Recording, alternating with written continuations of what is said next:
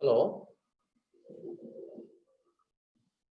Hello. Good afternoon, sir. Sir, are you able to hear my voice, Ravindranath, sir?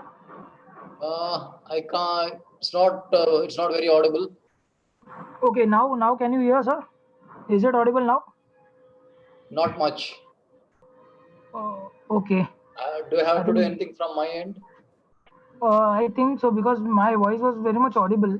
So your I'll just check. volume, I'll just check. yeah, please check your volume, sir. If it is on lower side, Okay. Hello, audio moment. even I'll Jesh? check. Vishnath, sir, am I audible? Absolutely. Acha, I had sent you Okay, the yeah. link. Because Ravindranath sir was not able to hear me. Vishnath, sir, can you hear Ravindranath, sir? Ravindranath, sir, can you please Yes. talk something? Say Okay. something. Jesh, Yes, YouTube Vishnu sir. link I had sent you the You have YouTube shared link the YouTube link in the chat box. in the chat box. Is it Sir, okay? can you share it to me on WhatsApp, sir, so that I can forward it to all the delegates for the time being? Take no issue. Yeah. Because I cannot. Okay, I can use it. Yeah.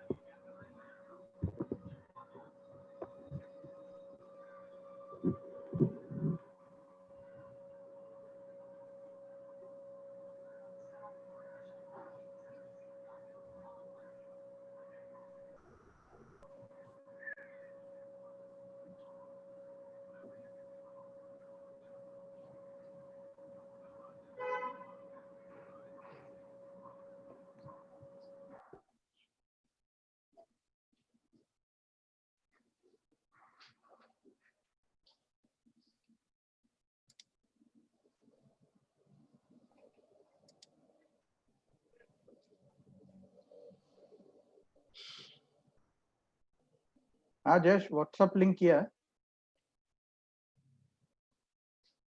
Yes, sir. I have received your link. 1 minute.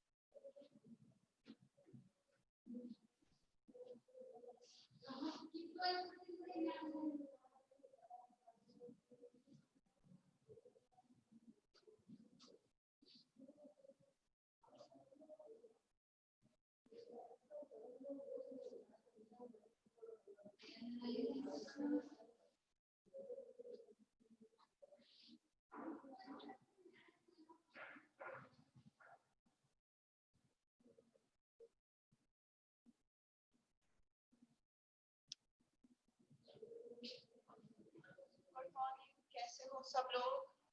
अच्छा, कल से 200 train की booking सरकार ने फैसला लिया बीच में भी आया है। और एक खबर और है, देव ने मुझे बताया है, डॉक्टर्स की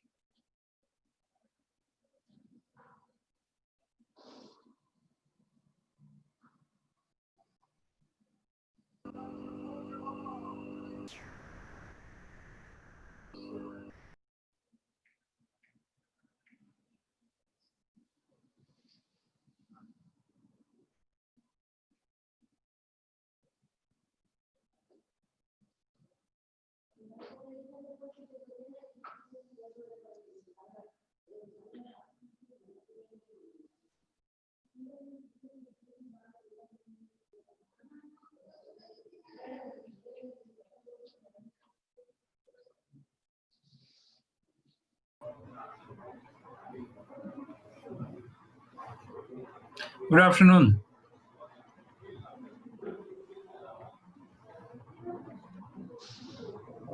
Sir, good afternoon. Yeah, good afternoon. afternoon, sir. I should Good be afternoon, sir. back in a moment. I can see that we are live on YouTube also. Yes. I think there is another 4-5 Yes, minutes okay, no, time. Mama. So I'll just come back. I'll take a minute or so. Level ಕಡಿಮೆ ಇದೆ. Okay.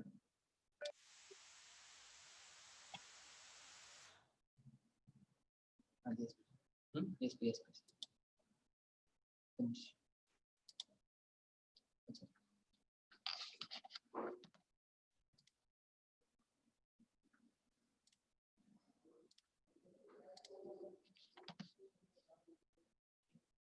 ಇಷ್ಟೇ maximum. ಇಷ್ಟೇ maximum. Last time ಬಂದಲ್ಲ ಚೆನ್ನಾಗಿ. ಬೇರೆ ಯಾರು ಮಾತಾಡ್ತಾರೆ. ಸರಿ ನೋಡಿ ಬಂದ್ರೆ.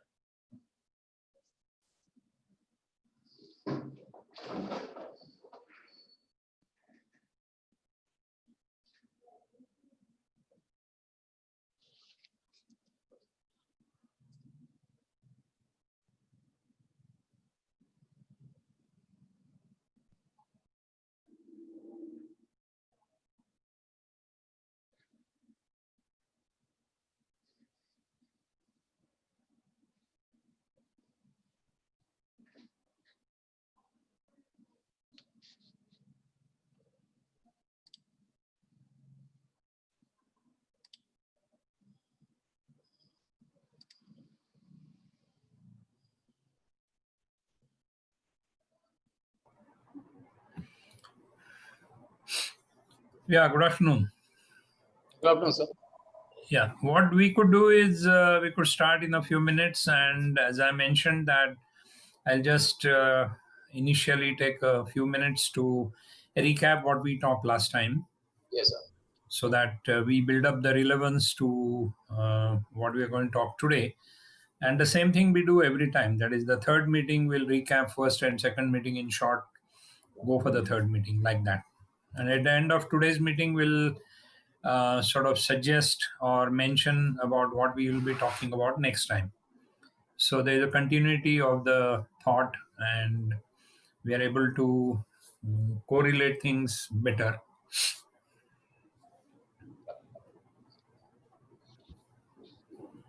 So we should be starting real soon.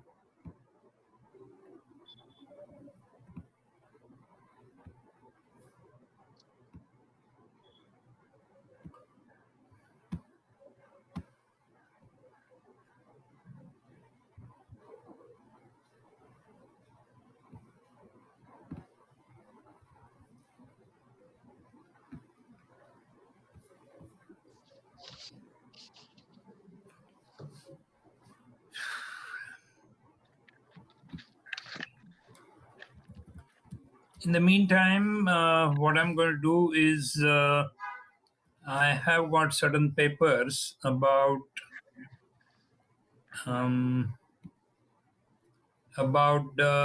conservative care. So I'm just trying to see if I can put them on this chat window.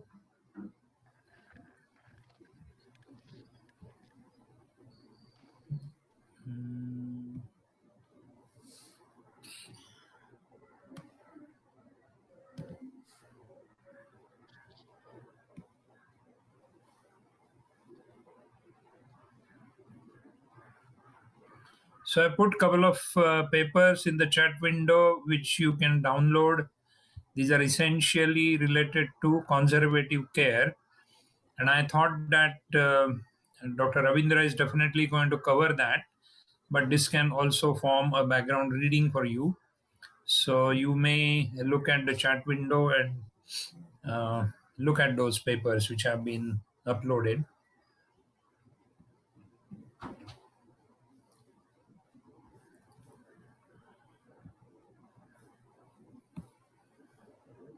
Okay, I think Ravindra, within a minute we should be starting. Okay, sir. Yeah. Jayesh? Yes, sir. Good afternoon, sir. Yeah, good afternoon. We should be starting now. If you want to have a word to start with, please, Yes, sir. and then Will we'll you go start ahead. now? Yeah, we are starting. Okay. Vishwanath, sir, it is live on YouTube, right? Okay, Yeah, fine. it is. It is live. Okay. Yes, fine. So, is my screen visible now, sir? Yeah, we are able to see you. Hello? Yes. Yes. Yeah, visible. Okay, yeah. So, a very good afternoon, delegates and all the faculty members. I, myself, Jayesh Kasargod, working in marketing department of Alembic Pharmaceuticals, take this opportunity to welcome you all for the Mission Spine webinar. And this is completely a series on transforaminal lumbar stenosis surgery, stitchless and under local both. And today we are going to have a second webinar, which is going to be on assessment and non-OP care. For the same, we have Dr. S.R. Gore sir with us, who will be moderating this session. And we have eminent faculties from Mission Spine Foundation, that is Dr. Ravindranath sir and Dr. Faisal sir would be as the speaker for this same. So without further ado, I'd like Dr. Satish Chandra Gore sir to carry forward this session. So over to you. Yeah. Thank you very much. Welcome to all my friends and colleagues and spine enthusiasts. Today we have the second webinar in a series of 8 webinars throughout this month on every Wednesday and Saturday. I first of all apologize for some misconception and miscommunication from my side, where I mixed up the dates and days.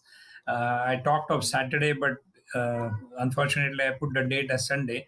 But thanks all the same for all of you to join us. Dr. Ravindra is an accomplished spine surgeon from Mysore, state of Karnataka in India. And we have Dr. Faisal from state of Kerala in India. And we will also be having Dr. Sunil Raghav from Hyderabad, who will be joining very soon.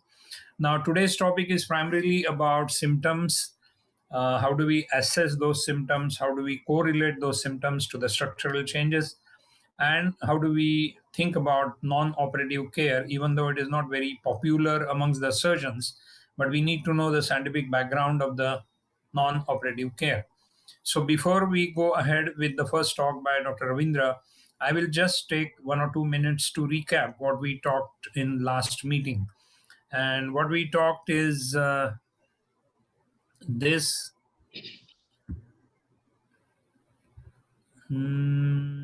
Just give me a moment.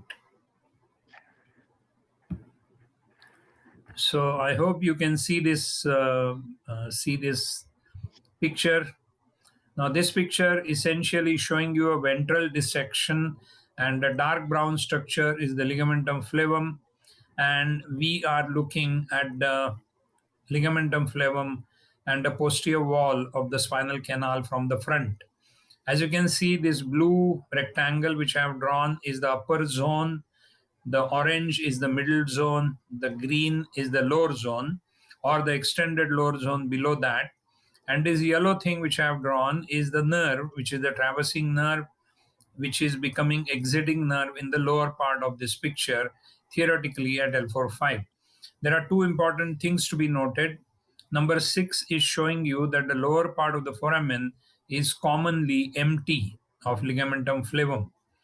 Number 2 is here where the nerve is curving close to the pedicle or inside of the pedicle. We need to remember that the nerve which was traversing is becoming exiting, and this is pretty close to the roof of the foramen. Now, the other thing what we need to do is just give me a moment. Okay, I think I need to move this window. Okay, are you able to see this picture, the second picture which I'm showing? Yes, sir. Okay, this second picture which I'm showing, which I am now trying to move a little bit. Okay, now what we are showing you is on the left, we are looking at the spine in a sagittal plane where U is the upper zone, M is the middle zone, N is the lower zone. And the circle which you see with a little pale yellow color in the circle is the cone. That is our landing in the foramen when we do a transforaminal endoscopic decompression or a surgery on the disc.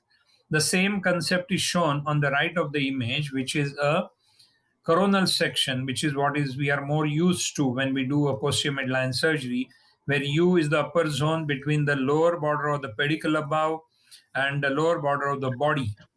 M is the middle zone, which is the upper and lower end plate, deciding that is the disc level, and L plus, that is lower zone and extended lower zone, is between the lower end plate of the disc and the lower border of the pedicle at that level. Now, if you look at the cross section, which is shown in the middle of the picture, if you look at the cross section, the one which is marked with blue background is the upper zone, where you have the vertebral body in the front. Laterally, upper zone is open to the foramen. In the middle part of the zone is the dorsal root ganglion and the segmental artery and the veins. And posteriorly is the roof of the foramen formed by the pars intraarticularis with the lateral part of the ligamentum flavum, which of course in this particular picture, the ligamentum flavum is not shown fully. And medially in that zone, we have the dural sac. Then if we go to the middle zone, which is written here in the orange letters, it is the disc level. So we have in the middle zone, we have the end plate above, end plate below, and the disc in between in the front. Laterally, it opens to the foramen and the exiting root. We have the posteriorly, we have the superior articular process, the full face of superior articular process, and the ligamentum flavum covering it. We also have the tip of the SAP, which normally lies in the line of the upper end plate at the disc level. Then medially, we have the traversing nerve in the middle zone. In the lower zone, which is written in this pale green area, in front we have the vertebral body, laterally we have the pedicle, as you can see here, and in the middle we have the traversing root entering the lateral races, and posteriorly we have the alleged ligamentum flavum. Why I have written alleged is most of the times we have seen the ligamentum flavum is absent in that zone. And lower down, we have the facet lower portion where the inferior articular process is ending. Medially, we have the dural sac. So in short, I'll take 1 minute before I end. In coronal plane, the zones extend from medial pedicle line, as is seen here, to the midline, as you see in the right side of the picture. And in the sagittal plane, they extend from the lower pedicle line of the vertebra above to the inferior, that is the lower pedicle line of the vertebra below. And so we are very clear on this. And what we are trying to propose is that we are changing our surgery from a coronal plane surgery, as is shown on the right side of this picture, to a sagittal plane surgery, as shown on the left side of the picture. Now, to do this surgery effectively, we must be aware what are the symptoms, what is it that gives those symptoms, how do we correlate these symptoms, and how do we then decide and plan our action. So more and over to Ravindra for his talk on symptoms, the correlation with the structure, etc. Then we will go ahead. We can always ask questions in between. If you like, you can ask questions now, or you can put it on the chat window immediately within next 1 minute. By that time, Dr. Ravindra will be setting his presentation. So I'm open to questions. Please ask your questions now. Dr. Ravindra, you can, in the meantime, put up your presentation, Yes, sir. and we should be ready to go.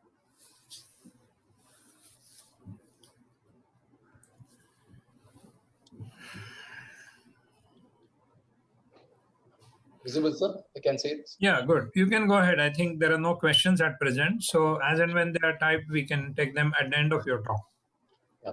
Thank you very much, sir. Good afternoon, all. I'll be talking about the symptoms and the relation of these symptoms to the structures which exist around the spinal canal. And we are talking here in relation to lumbar canal stenosis. Now, as we all know, canal stenosis is a problem, is a degenerative condition of the elderly, and it usually starts after 50 years of age, more common in women.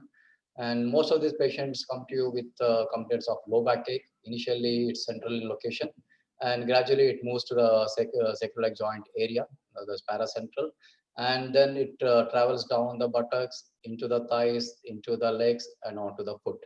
Now, this pain is also associated with tingling and numbness, and the position of the location of the pain, the radiation of the pain, and the numbness varies depending on the level involved. So we all know that lumbar stenosis usually involves L4, 5, and L5S1 levels. So as such, we are going to deal with 3 nerves which exit or traverse these areas, and that is the L4 nerve root at L4-5 level, which will be the exiting route, and the L5 nerve root, which will be the traversing route at L4-5, that is.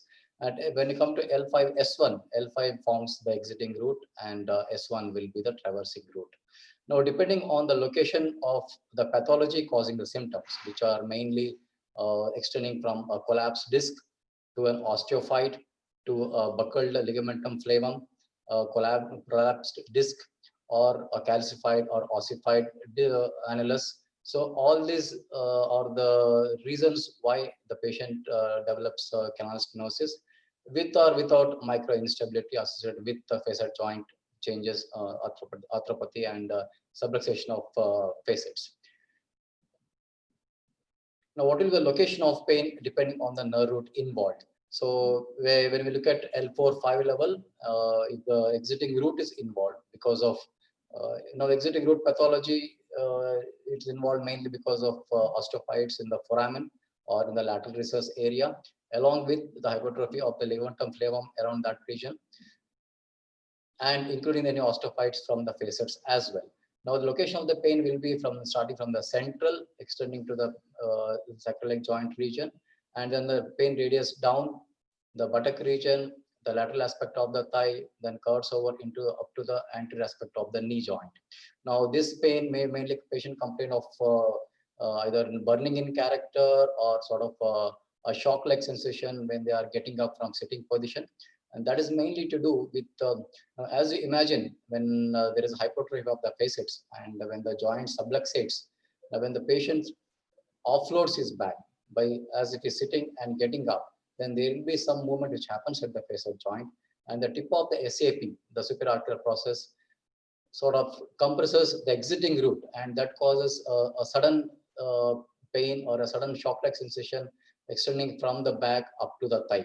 So that is the reason for this sort of pain, and you inquire with these patients, and they literally explain to you how it happens. And that is the reason why the L4 or the L5, when the exiting routes are involved, they usually complain of pain when they are standing from sitting position. So when you get a history from such a history from these patients, you can be sure that you are dealing with something happening in the foramen or in the lateral recess.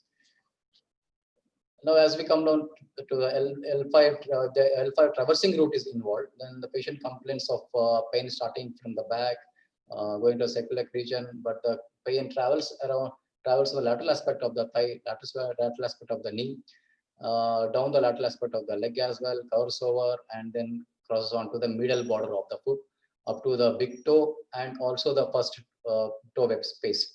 Now, this again, the character of the pain depends on the pathology causing it. If it is a herniated nucleus, if it is some chemical radicalitis involved, then the patient has severe pain, which could be like any radicular pain. But if the pathology is more to do with calcified or an ossified annulus, which is more of mechanical compression rather than a chemical that is involved, then the character of the pain will be more numb and more dragging like sensations. So depending on the character of the pain, you can also assume what type of pathology is causing the symptoms. Now, as we come to the L5S1 area, where the L5 is an exiting route, again the same pathologies are involved, coming right from the osteophytes to the facets to buckling of the ligamentum flavum, and S1 is a traversing route at L5S1. So the usual pathology causing symptoms at S1 will be the collapsed or the calcified annulus or the ossified annulus or a prolapse of the disc. So again, the character of the pain depends on the pathology which causes the problem. The pain here extends from the back, the buttocks, travels down the posterior aspect of the thigh, posterior of the knee, and the calf, and then the posterior aspect of the heel, then travels down the lateral border of the foot, involving the lateral three toes. So the location, the character of the pain will give an indication as to what level is involved, either L4, 5, L5S1, and the character of pain will give a rough assessment of what the existing pathology could be, and the increase or decrease of symptoms with sitting or getting up from sitting position will give an indication of which zone being involved. Then in the foraminal area, if the symptom, if the pathology is affecting the dorsal root ganglion, mainly in the foraminal region, then patient will complain of more of tingling, numbness, and paresthesia, depending on the L4 or L5 root being involved, because at L5S1 level, the ganglion is intraforaminal, whereas in L4-5 is at the level of the foramen. So this the hospital also receives some communication with the sympathetic system through the gray rami communicantus, and that also explains some changes in the skin as well as the distribution of the hair, the muscle bulk, and there are some other atypical symptoms which we come across in these patients. Like some of them may complain of pain and swelling around the ankle region. Some may complain of pain around the heel as well, and some may complain of pain over the summit of the middle arc. These are all to do with the S1 nerve involvement, and this is mainly to do with the involvement of the DRG. And typically, this patient complain of pain and numbness on standing and walking, and the pain and numbness gets relieved on bending forwards. So this has been variously discovered as a shopping cart sign or elevator syndrome. And on flexion, as the canal volume increases, so the patients feel relief of pain because of improvement in blood supply around that area. And the same thing has been described as an elevator syndrome.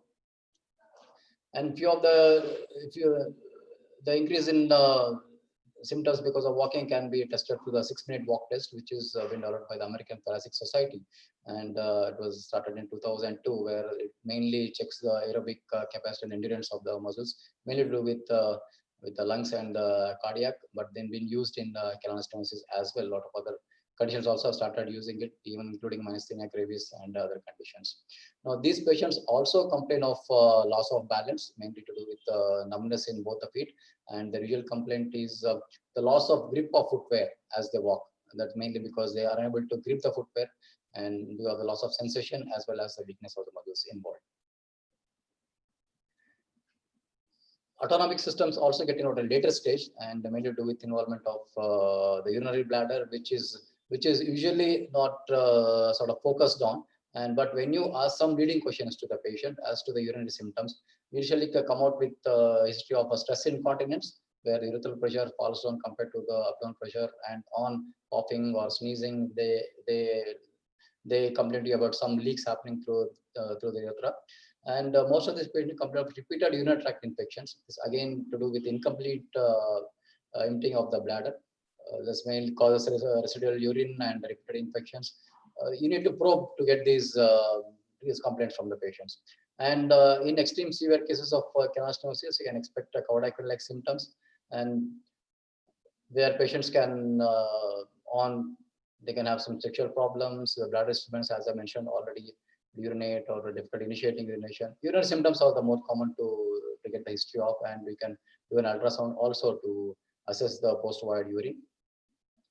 Then they can also complain of numbness around the saddle region, mainly to with the involvement of the S2, 3, 4 nerve roots. Bowel disturbance is of late onset. We don't find a history of that. Maybe they can complain of some constipation, but it's not as common as seen with urinary symptoms.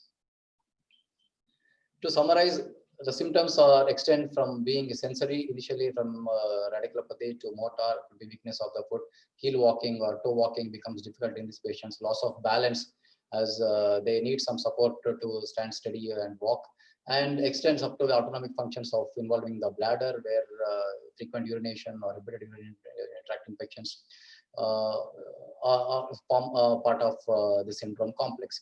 Now, canal stenosis as such, we were earlier focusing only on the radicular symptoms and backache, but now with being endoscopic surgeons, when we look at the involvement of the DRG as well as the bladder, then you see that it's not just involvement of the nerve roots or decrease in the spinal column. It's mainly to do with the involvement of the nerve roots, and there are many factors at play, including chemical radiculitis, including mechanical compression, and involvement of the autonomic system as well. So all together produce symptoms to the patient. So our focus endoscopically, our way of dealing with this or trying to solve this problem in patients is to tackle nerve roots separately, individually, by segregating the pathology as well as the nerve roots which are involved, rather than doing a blind indirect decompression by doing an extensive laminectomy.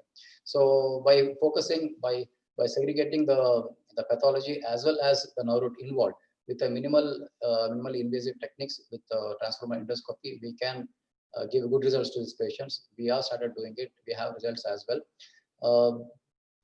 So it's unlikely that the previous generations method of operating or doing a laminectomy to relieve the symptoms may not hold good much for the future. Thank you.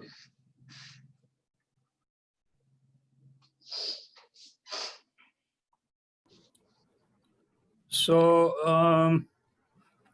Ravindra, have you finished? Yeah, yes, sir. Any questions? Okay, we would like to have questions on his talk. Before we go ahead, you can unmute yourself and ask the questions, or you can put the question in the chat window.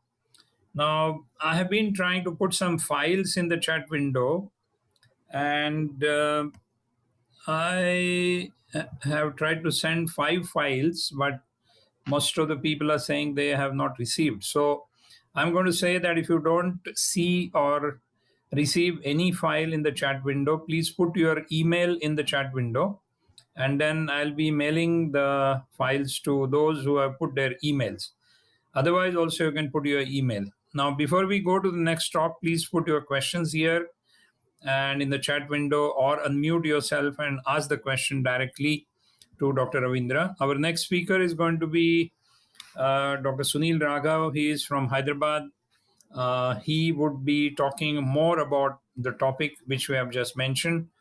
And before we go ahead, I'm going to intervene in between. I'm going to put some more thoughts in your mind to clarify what exactly we are doing with lumbar canal stenosis, and why we need to change our thinking from the traditional to the present one. I see a lot of you putting your emails in the window. Sunil, please wait. Yeah, you just tested, I suppose. Yes. Yeah, I'll share my screen and finish up this thing.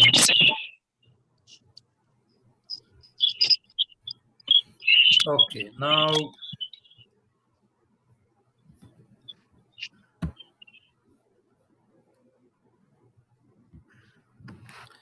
okay, I'm going to quickly cover these few salient points which Ravindra has already covered, but I'm going to add a little different emphasis to the assessment, physiology, and maybe I'll just touch 1 or 2 points in non-operative care. So it's here. Now, first of all, we have to know that the spinal nerve roots do not have lymphatics. So there is no lymphatic drainage of the spinal nerve roots. And okay, somebody is saying the files have been downloaded but not opening. These are PDF files. You have to use a PDF reader or something. Please try again and let me know. And okay, do we take a question before I start? The question is, if we have lumbar canal stenosis plus disc disease or either one of two, how to diagnose and tackle both surgically? We will be talking about that question, Dr. Obaid, once I finish my talk. So please bear with me and let's see. So the spinal roots are devoid of lymphatics. So what we have to remember is that if there is a congestion in the spinal nerve root, the lymphatics are not able to drain it away. The second thing is the roots are immersed in CSF within the subarachnoid space. Now, blood supply of the nerve root depends on the blood flow from the peripheral direction, that is the ascending radicular artery, and from above, that is the descending radicular artery. And we have seen in our first webinar that is few days back on Wednesday, that these arteries and vessels are mainly situated in the upper zone in the foramen. And there is a watershed like zone in the bloodstream in the artery itself. That is, in the lumbar radicular artery, you find that there is a flow which goes either way. It is bidirectional flow. Now, compression in that area in the upper foramen as well as in the canal leads to breakdown of blood nerve barrier and gives rise to disturbance of flow. And then there is venous congestion and edema formation inside the nerve root. The nerve root tissue then, which is already degenerated with compression, we get Valerian degeneration. And as all of us know, that if this change extends over two nodes of Ranvier, then we have a loss of function of that nerve. Now, this is the way, this is a slide from one of the papers talking about pathophysiology of lumbar canal stenosis and intermittent claudication. And you can see on the left, we have a picture from an animal study, which is showing the radicular artery. The black arrow is showing ascending, and the curved arrow is showing the descending, and the blue arrow shows a zone where it is called as a watershed zone. What it means is there the flow is bidirectional. It comes from above as well as below. And this is the axilla. This is the structure which is commonly present in our upper zone below the tip of the superior articular process. Now, you need to read this paper. This was published in World Journal of Orthopedics about pathophysiology of lumbar canal stenosis. Now, there are a couple of people who have already published about this. One of them is Corbin, who says that anatomical details of radicular arteries have been written by him, distal proximal radicular arteries and a nutrient artery. And each lumbosacral nerve root has a blood supply distal proximal, and there is anastomosis in the proximal 1/3 of the root. So it is pretty close to the axilla. Now, you will ask me what is so important about knowing all this. The importance of knowing all this is we should know where the changes are occurring. Now, relative hypovascularity is formed below the conus by the combined areas of anastomosis in the cauda, and this provides an anatomic rationale for the ischemic manifestations in addition to degeneration. And as I mentioned, the blood supply or the direction of the blood flow in these arteries is changing. It may be from below up, it may be from above down. But in the literature, there is not a full agreement whether the claudication comes from ischemia, that is the arterial side, or because of congestion, that is the venous congestion.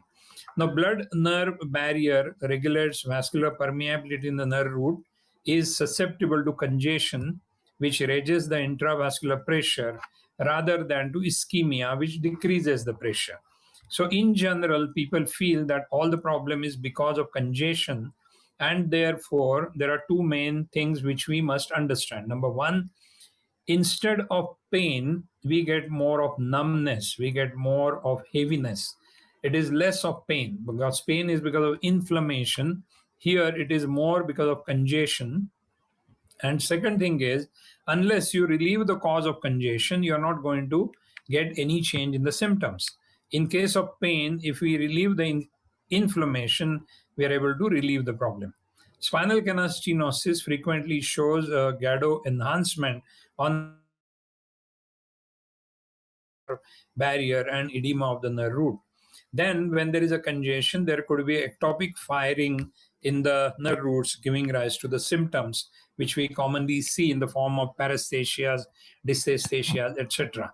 Now, this is a format which we use for assessing the patient, right from name, age, the data related to other things.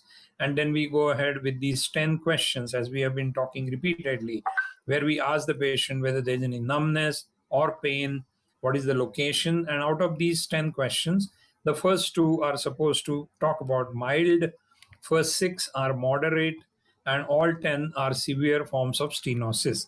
This is proposed by Japanese Orthopedic Association. And I will tell you only one simple thing. The last line in this slide you have to read.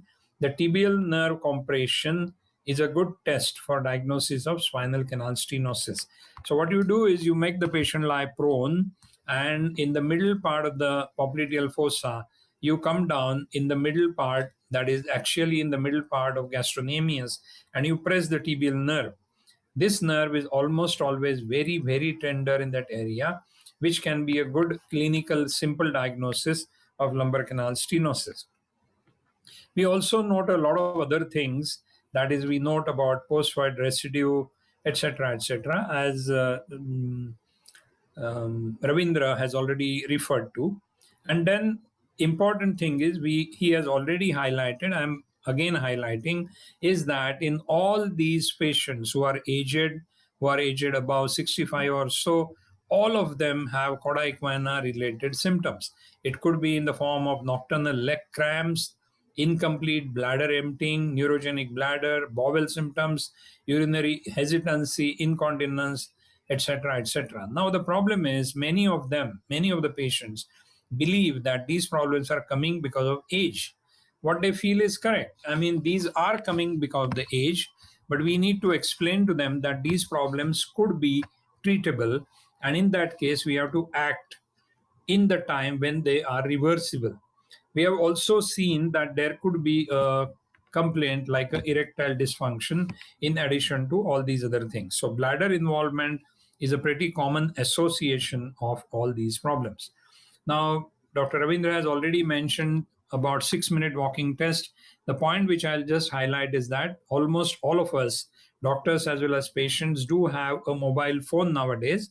So you can ask the patient to download this app, which is available on the Google Play Store, and you ask the patient to just measure the number of steps which the patient can take in those 6 minutes. Now, why 6 minutes? Because where this test was done the first time, that hospital had a corridor where patient could walk continuously for 6 minutes. You can devise your own test, which could be 5 minutes, could be 20 minutes, whatever. I mean, you decide how much time you would like to check and the number of steps. The second thing is, what you do is you make a nomogram. That is, you choose 10 patients, males, 10 females, and just check how much they are able to walk in those whatever time, 5 minutes, 10 minutes, and then you compare that basic level with your patient, and you will find that you are able to diagnose the person. Now, why this test is important is because you can do it before and after. I mean, all of us are seeing patients who are suffering, but the second time when the patient comes and when you ask the patient, okay, how are you? They are not able to really describe to you what is happening. They commonly say that there is no change, or they say there is a little change, or they say, you know what, doctor, there is some change, but it's not really. I mean, I am sure you understand what they mean by that. So this could be a simple way, asking the patient to use the step counting part of the software on his phone to measure the number of steps before and after. Now, the picture which you see on the screen on the left is an app called as Dr. Stim. This comes with a hardware which is called as a digital blocker, which I have started using. And this is a simple gadget. This is a small tab-like thing which can be put on the skin. This is based on the theory of transcutaneous electrical nerve stimulation. Now, this is used on the back, let's say at the mid lumbar level paraspinally. Why? Because the L2 is carrying the sympathetic fibers towards the brain. And all of us know that if you stimulate the sympathetics or you alter and supersede the sympathetic current, then maybe you could be able to sort of induce vasodilatation. So there are reports in literature where you can use a distal blocker on the back. We also have tried using it in the leg around the ankle, about the points which I talk about my sign, that is on the deep peroneal nerve and the sural nerve. And it is too early to comment on the usefulness, but this is one way of treating it conservatively. The other way of treating conservatively is use of prostaglandins, which could be done in the injectable form or in the oral form. I personally have no experience about this, but I have sent you the literature. I'm going to send you the literature, which you can go through. Oral medicines in the form of anti-inflammatory do not make much change to the symptoms, but maybe as a matter of killing the pain, if it is there, and inflammation, we can use them. And of course, we can use postural correction, physical therapy, and calcitonin in some of the patients. So what I have tried to highlight from the talk by Dr. Ravindra is we must remember that bladder involvement has to be detected. And we have been talking about this simple idea with all our colleagues, that whatever you talk before surgery is science. Whatever you talk after surgery becomes defense. I mean, you face a lot of problems because of some misunderstanding of the patient or the lawyers involved in the whole process, and the whole thing becomes a bit of a headache. So please be sure that you don't land up with problems. Properly counsel the patient, and then you should be able to achieve a better degree of satisfaction. Now, okay, I hear and I can see, I'm happy that Dr. Faisal also had joined, because he is also a part of our program today. Okay, so all of you who are giving their emails will receive the files on your emails, no issues.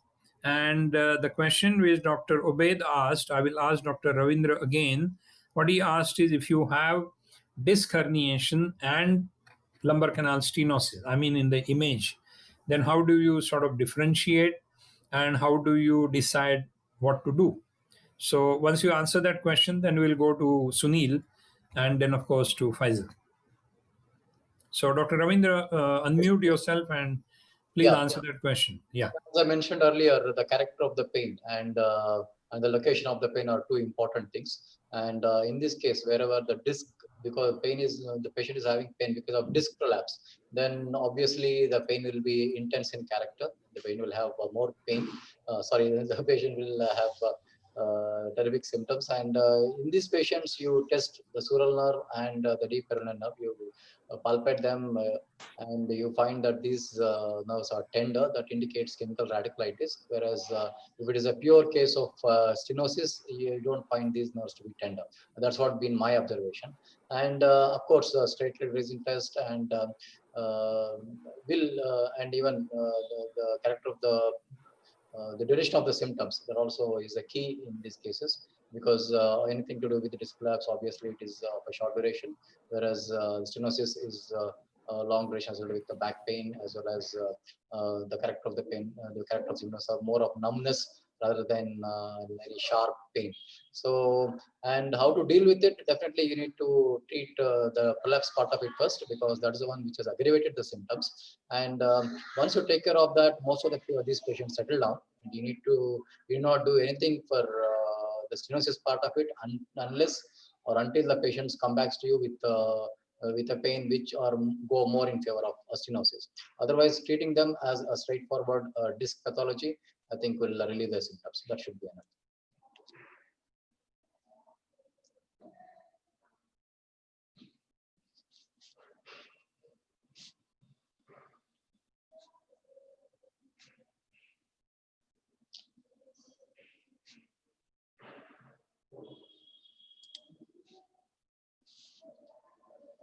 Simple point that when you are talking about disc herniation and you are talking about stenosis, if the stenosis is in the middle zone, that is in the disc zone, probably the treatment would be very easy because you will be treating the disc as well as the stenosis in the same trajectory.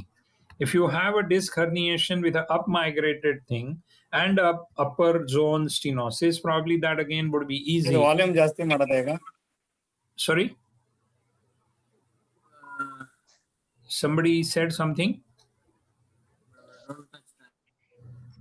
Okay, I am sorry. So if you have a down migrated herniation in the lateral recess and you have a stenosis there, you can tackle both of them at the same time. So theoretically, what we are trying to emphasize here is transforaminal endoscopy can tackle both disc herniations, migrated disc herniations, but the distinction is the stenotic causes are commonly in the upper and lower zone in the roof, whereas in the middle zone they are more in the floor. More about that as we go ahead. So Dr. Sunil, you can take over and start with your presentation, please. You can unmute yourself. Yeah, okay, perfect. Please go ahead. One second, sir. Just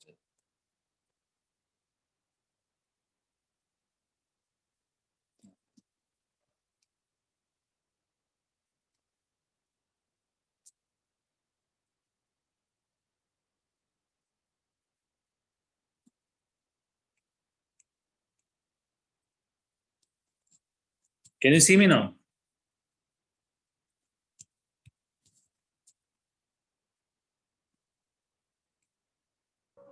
So your screen is not visible. You have not shared your screen.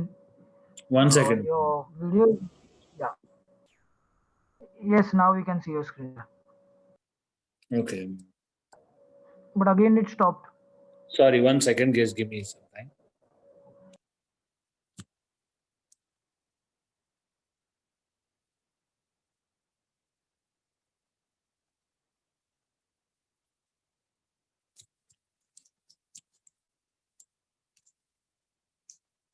Can you see me now? Can you see the screen? Hello? Yes, sir. Yes, sir. Yeah, you can go. Yes, yes, sir. We can see your screen. So, We can see the screen. Go ahead, please. good afternoon, everybody. I'm going to talk about lumbar canal stenosis assessment and non-op care. Dr. Ravindra and Gore sir have already spoken about most of the points, but I'm going to just add a few and talk about the basic issues here.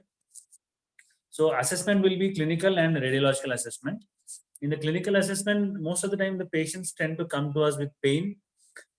So we need to assess the location, the duration of the pain, find out if the pain is there at rest, whether the pain is bilateral, unilateral, or pain is in radicular in nature, and duration if it is there. So weakness is another symptom the patients come to us with. If it is present, the duration of the weakness, we need to assess the dermatome, the nerve roots which are affected, and we should also ask about numbness. Numbness is a pretty stubborn symptom. It's very difficult to get rid of. And neurological claudication is again something we need to find out about, and duration, and also the distance, neurological claudication distance. Bladder involvement, if any, whether bladder is involved in their passing urine involuntarily, nocturnally. We'll talk more about bladder involvement later. And also deformity, whether change in the posture, whether it is dynamic or it is present even at rest. And other comorbidities like diabetes, hypertension, heart disease, and OA of the knee. A lot of patients we see come with a coexisting problem in the spine and the knee, and Dr. Gore has a treatment protocol for treating the both of them. We should always ask for nocturnal leg cramps, which can also be a sign of claudication or lumbar canal stenosis. Neurological bladder and bowel symptoms. We need to ask the patient about the bladder symptoms and bowel symptoms, because most of them, like sir said, do not volunteer it unless it's very severe or we ask for it. Incomplete bladder emptying, urinary hesitancy, nocturia, and urinary tract infection. A lot of these people develop urinary tract infections because they have a high volume of residual urine after voiding, which predisposes them to infections. This is also something which the patient and quite a few urologists and nephrologists also do not understand. Erectile dysfunction and saddle anesthesia are also very important symptoms, which may signify some amount of cauda equina syndrome. The nutritional status of the affected limbs in terms of the quality of the skin, the trophic changes, the presence or absence of hair, the distribution of loss of hair, any thinning of the subcutaneous fat, the girth of the limbs, as also we need to look into it. Knee effusion and swelling of legs also have to be looked into, have seen into, because like Dr. Ravindra said, some nerve compressions can also present as swelling around the ankles. The power, the weakness, grade and myotome, and SLR also can be checked. Reflexes are very important, superficial and deep tendon reflexes. If generally a patient in the age group who can have lumbar canal stenosis, that is 40 or 50 and above, if they have exaggerated deep tendon reflexes, we need to look into the dorsal and the cervical spine, because at this particular age, they cannot have a normal deep tendon reflexes. They have to be subdued. If they have exaggerated deep tendon reflexes, we need to look into upper motor neuronal lesions. And upgoing planters are also have to be looked into, because some people have a concurrent cervical or dorsal spine pathology. Sorry. Gait is also something we need to look into, because if they have unsteady gait, also we need to look into the dorsal and cervical spine pathology. The other signs we need to assess are the McKinsey's sign, where the patient is lying prone, and when the patient extends his shoulder and the legs, if the symptoms of the pain is centralizing, it signifies a tear in the annulus, which can heal on its own. Gore's sign, we need to look for the L5 and S1 nerve root pathology, Faber's sign, and all SF36 scores, ODI scores, and Bristol Stool score. One of the very important things we need to work out for a patient is the residual postvoidal retention of urine. We need to get an ultrasound done for all the patients who are above 50 or 60 years old, who have symptoms of moderate to severe stenosis. And if the residual volume is more than 100, we need to be aware ourselves, and also make the patient aware that they have what can be considered as early stages of neurological bladder. Like sir said, if we talk about this before surgery, it will be considered science, and if we talk about this after surgery, it will be considered defense, and the patient is liable to blame you for the neurological bladder as a consequence of the treatment. Coming to radiological investigations, we need to do X-rays of all the patients with these symptoms. The commonest views are AP and lateral, and along with flexion extension views, preferably in standing. We need to look for listhesis with or without instability.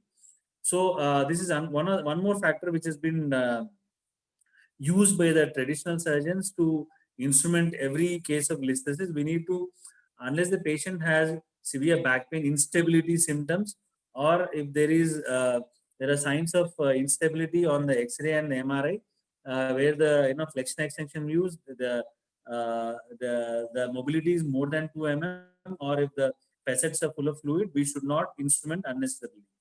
We should look into the disc space height, osteoporosis, osteophyte formation in the upper and the lower vertebrae, the facetal arthropathy and hypertrophy, and scoliosis, if any. CT scan can be done for better visualization and 3D visualization of all the findings we see on the X-ray, like osteophytes, canal diameter, foramen volume, facetal orientation, and hypertrophy. MRI is the commonest investigation, the most important investigation. We need to look into the AP canal diameter at the disc, AP canal diameter at the lower facet joint level, canal area at the disc, and facet orientation. The reason we are looking at canal diameter at the disc level and at the facet joint level is basically to make sure that we know which areas the real pathology is, so that we can target it. And most of these areas and almost all of these can be targeted transforaminally. The coronal diameter of the disc, coronal diameter at the lower facet joint, foramen dimensions have to be noted. Thickened ligamentum flavum, central lateral recess, and also in the foraminal in the sagittal sections have to be seen. So once the assessment has been done, the main treatments in the earlier stages would be conservative. Conservative treatment for stenosis, especially the symptomatic stenosis, wherein the patient comes to us with the symptoms. At least in India, the results are very poor. The drugs which can be used are NSAIDs, basically to reduce the pain. Maybe some steroids. Oral steroids are not very useful. Anti-epileptics like gabapentin and pregabalin may reduce the nerve irritation, the electric connectivity in the nerve, and reduce the symptoms or mask the symptoms to a certain level. Antidepressants like nortriptyline also help. Supplements like B12 and vitamin D are used. They may help with the general condition of the patient and reduce the symptoms to an extent. We need to treat osteopenia, osteoporosis with teriparatide or denosumab to basically increase the bone strength and help preserve the bone architecture as much as possible. Physiotherapy, posture correction, core strengthening exercises, and general mobility help the patient in the early stages and also in the post-operative in the late stages to, by strengthening the supporting structures. Other area would be the pain blocks, where diagnostic blocks by Dr. Gore's method, which will help us diagnose the pathology and also differentiate between the radicular and pressure symptoms. And transforaminal root block or epidural blocks can help would isolate the and confirm the diagnosis and also give symptomatic relief in the early and early stages. Caudal epidural, practiced widely by a lot of people, is not exactly a very ideal form of block, which is the results are very sketchy at best. Thank you. Yeah. Dr. Sunil, that was a very good overview of all the factors related to understanding the problem and conservatively treating the problem. Now, there are questions for you and Ravindra together, and I will ask you the first question, both of you. Out of all the symptoms and your assessment, what is the thing which will decide the time of intervention? I mean, a patient has come to you. Let's say I'm the patient. You ask me questions if you want. I can give additional information, but whatever information which is commonly given, what is it that will decide that you will intervene in the form of surgery in that patient? And Amit Surana has asked the same question. When do you see the end point of conservative treatment? I mean, you'll say enough and you will go ahead suggesting surgery. The patient may like, may not like, whatever. There's one small comment about your presentation. What you have talked about sensory symptoms, etc., is correct. The only problem is if the patient has a residual, I mean, if the patient has a numbness at rest, then commonly it is something which remains even after treatment. So that is what we have to remember, especially if the patient is a diabetic or a hypertensive or having a vascular problem. And the second thing is your mention about treatment of osteoporosis is very important, because basically when we see a patient who says I cannot walk beyond a certain degree, that inability to walk is not necessarily only neurogenic claudication. It also can be in part related to the weak skeleton, etc. So coming back to the question, Ravindra and Sunil, both of you, when will you intervene? What is it that decides that, okay, I would suggest surgery to the patient? Yes. Different patients have different thresholds for tolerating pain, or depending on their level of daily activities. And I usually consider the walking distance as the main benchmark, because if the patient is unable to walk, say even for a half a kilometer or less than that, then they usually come asking for relief of the symptoms. And beyond that, if they're able to comfortably walk around a couple of kilometers, even though we diagnose the canal stenosis, and even the MRI findings also show the same, even if you explain surgery to them, they may not be willing for that. So it is from the patient side, which is patient story is something which I give more importance to. And of course, the walking distance is the one. It's the main clinching thing, which will make you when the patient says that he's unable to take even a few steps, and suddenly you'll get a lot of numbness and is unable to stand even for a few minutes. And that is when the patient also wants a surgery, and you also will decide that that would be the right time to intervene and relieve the patient of his symptoms. But I usually leave it to the patient to decide for the surgery. In case if you have involvement of the bladder, or if I notice any motor weakness, like symptoms, then definitely then we'll be the one to suggest them to undergo surgery as soon as possible. So walking distance and involvement of the bladder and motor weakness, these are the things which would finally decide to consult the patient for undergoing surgery. Okay, what about your perspective, Sunil?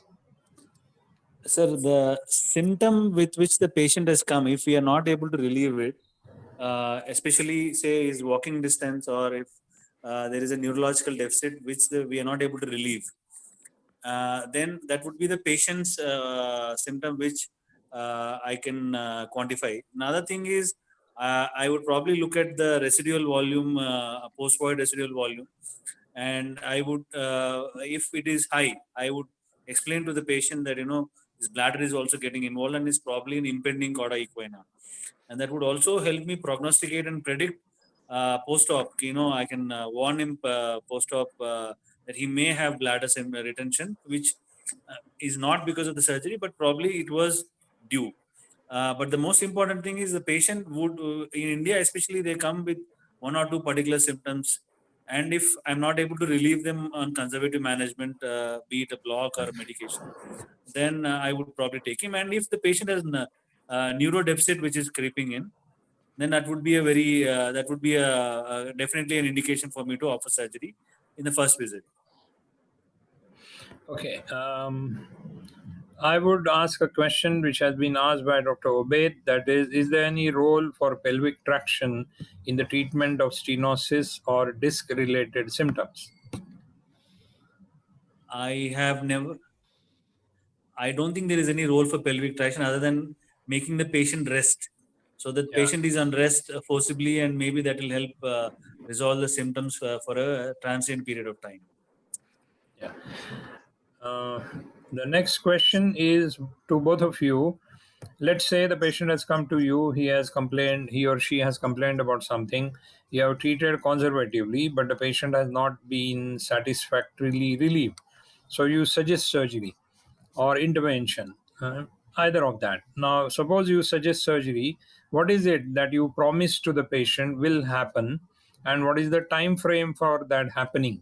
I mean, one thing you will probably promise is reversal of the symptoms or signs, and second, you will say this may happen in 1 month, 15 days, 6 months, whatever. So these two things, what do you promise? What do you say? This will happen.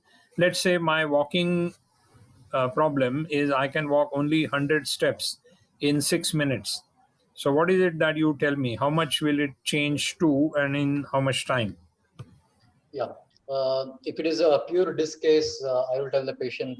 Most of them get immediate relief, and if the patient has middle zone pathology, which is causing stenosis-like symptoms as well, then I usually tell them that they will improve over a period of 3 weeks. So because that is when the annulus will also start healing, and you cannot be promising them that once the surgery is done, they will be immediately relieved. So it will take around 3 months. Till that time, they can have a sort of a driving sensation in the leg or in the back around the area where we operated, and that usually will settle down in a period of around 3 weeks. And the walking distance will gradually improve over a period of 3 weeks to 3 months or so. And if there is any deficit, then I would tell them it will take around a year. And 1 year is the maximum time where you can wait and expect for some neurological recovery. If beyond 1 year, if there is no recovery in the neurological status, then they're unlikely to sort of recover later on. So symptom-wise, the first initial 3 weeks, and distance-wise, it's around 3 weeks to 3 months, and deficit recovery of a neurological deficit from 3 months to around 1 year, within 1 year. So that's the way I counsel the patients. What's your answer, Sunil?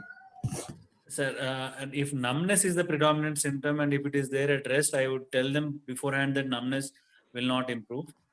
If the patient is a diabetic, generally most of them are elderly people, we see a lot of diabetics. If the burning sensation is there, I would suggest, I would caution them saying that there may be some amount of peripheral neuropathy which may persist.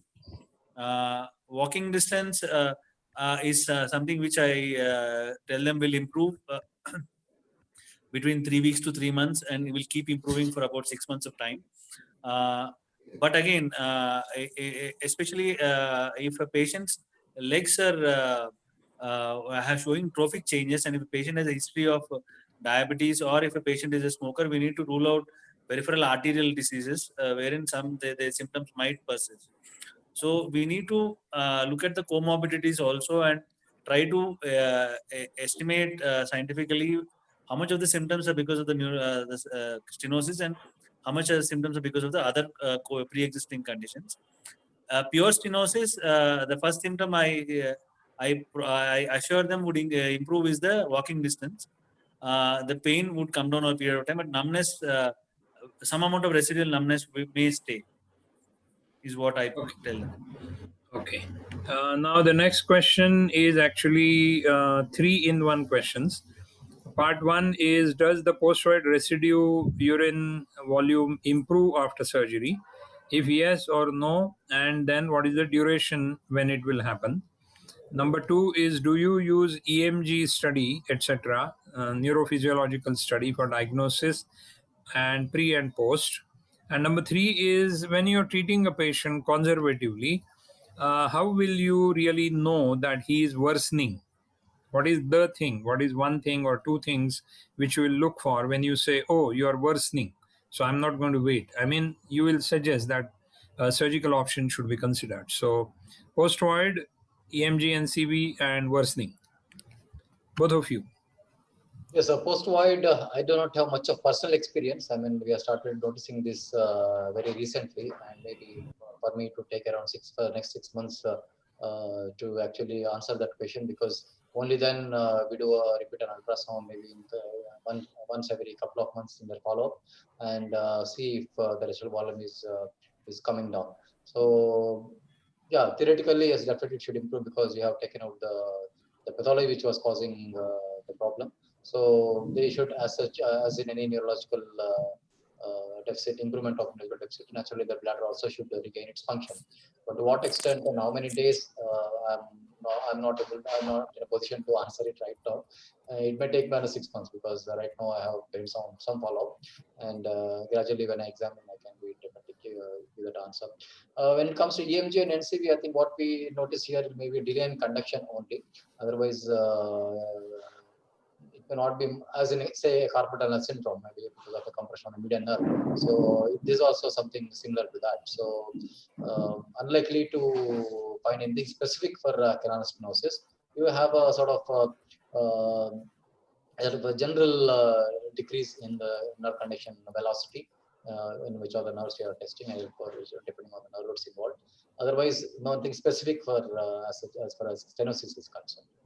And the third thing is about conservative. Again, I'll go back to my previous answer, because that's when the neurological deficit or urinary involvement, or a decrease in walking distance, a sudden decrease in walking distance, or a change in posture. So, I mean, finally, it's a sudden aggravation of symptoms, and those are all the things we'll consider to take up the patient for surgery as soon as possible. Sunil, what about your perspective? Sir, when would I suggest surgery? Sudden worsening of the symptoms is something when I would suggest surgery for a patient who has been on follow-up with me. But if a patient who comes to me for the first time after multiple consultations elsewhere, I would, like I said previously, look at this, probably look at the residual volume, and then maybe look at the neurodeficit, and then suggest surgery.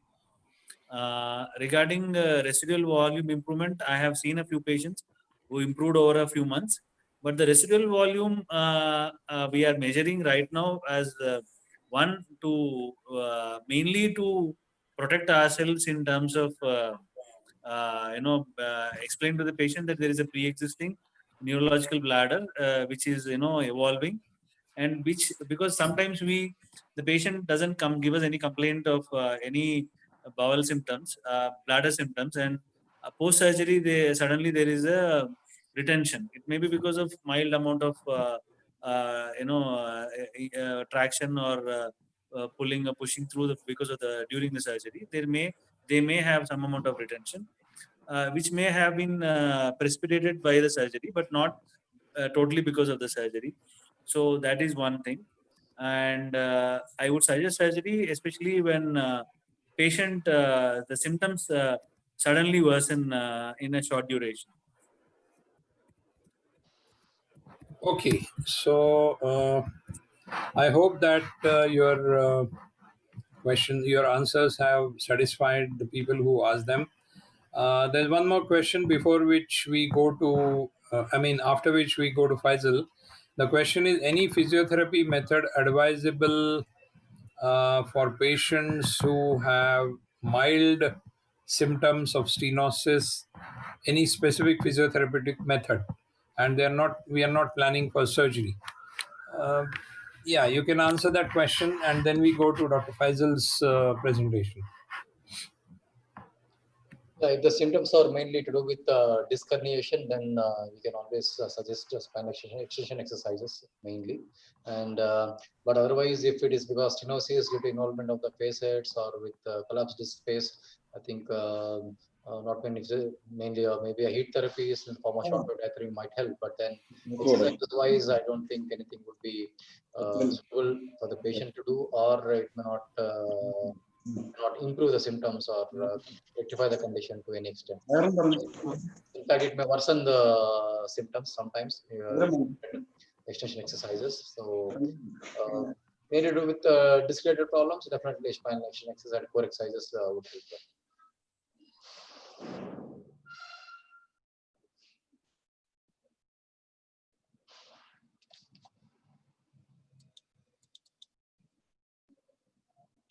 Sir.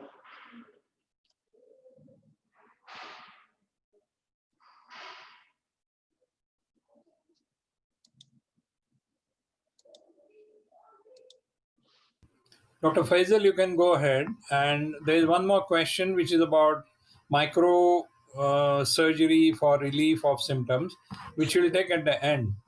And I would again request all of you, those who want to receive our reading material, please put your email in the chat window, and I'll be sending that material to all of you tonight once we finish the meeting. So we go to Dr. Faisal. He is our colleague from Kerala, which is the southern part of India. He was pretty busy with his surgeries today, so it was a little uncertain whether he's joining us or not. But I'm sure his love for the subject and for the depth of his understanding, he has joined us, and we are lucky to have him. So, Dr. Faisal, please go ahead and enlighten us about your perspective on both the issues: the conservative treatment, assessment, and then timing of surgery and other related issues. Okay. Sir, am I audible, sir? Yeah, sure. Okay, sir, basically, and I just want to cover up the pathophysiology of our problem today, mainly the... Yeah, sure. Please go ahead. I'll share my videos.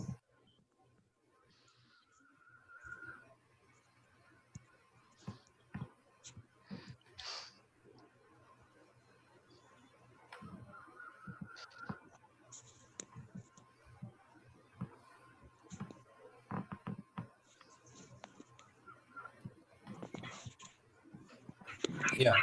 I think you have to log that rotation. Yeah, you're visible, audible, both. Okay, sir. Please so go ahead. Basic teachings. You have extensive works. Long years with your pathophysiological works. It's really inspiring. You have derived the Gore sign for the sural nerve and all this. So basically, we need to basically understand the pathophysiology of canal stenosis as such, and then we will be able to more quantify what problem patient has, and then plan the treatment accordingly. So, as we all know, the spine is the mast of the body. It's a vertically erected mast, and it's a multi-articular structure. Major three functions: structural support, trunk movement and protect the neural elements.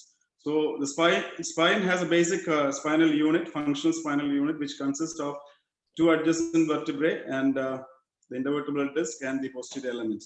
And in this picture, we can see that 70% of the weight is borne by the anterior elements, mainly the intervertebral disc and the body, anterior part, and 30% of the weight is borne by the facet joints. So this denotes where the degeneration starts in our day-to-day activities with stress.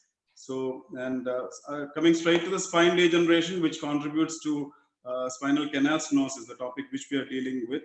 Actually, the etiology can be broadly divided into mechanical, metabolic, or chemical. Metabolic, I would like to say chemical also, because there is chemical mediators or reasons behind the pathology, and mechanical being the most common, where it can be micro insults, micro trauma, which can be occurring over a period of his lifespan or due to his work-related trauma, or macro insults, a single macro insult like spinal injuries, fractures, or even spinal inadvertent spinal surgeries, which we have to be really careful in this scenario, where unnecessarily we do a lot of extensive wide laminectomies and we end up with spinal instabilities and producing anterior degeneration. And coming to metabolic causes, the commonest problem which we usually omit is diabetes mellitus, which I'll be covering a few slides on that, where there is definite chemical mediator induced damage to the disc, nucleus pulposus, and the less common ones are ochronosis and sorry for the spelling, mucopolysaccharidosis, which we, in case we see patients in the younger age group with extensive degeneration, we should definitely work upon the patient for such mucopolysaccharidosis. So this basic working pattern we should follow, and the spine usually always almost follows a definite pattern of degeneration. Where we can, in the first above 2 slides, we can see this degeneration always starts in the segmental level. It starts in the anterior part, then progresses slowly to the posterior element. So it's called the horizontal degeneration. And once one area the degeneration sets in, it starts spreading in the vertical direction. That's called the adjacent segment degeneration, where commonly it affects the segment above the affected level. So that's how the spine takes the pattern of degeneration.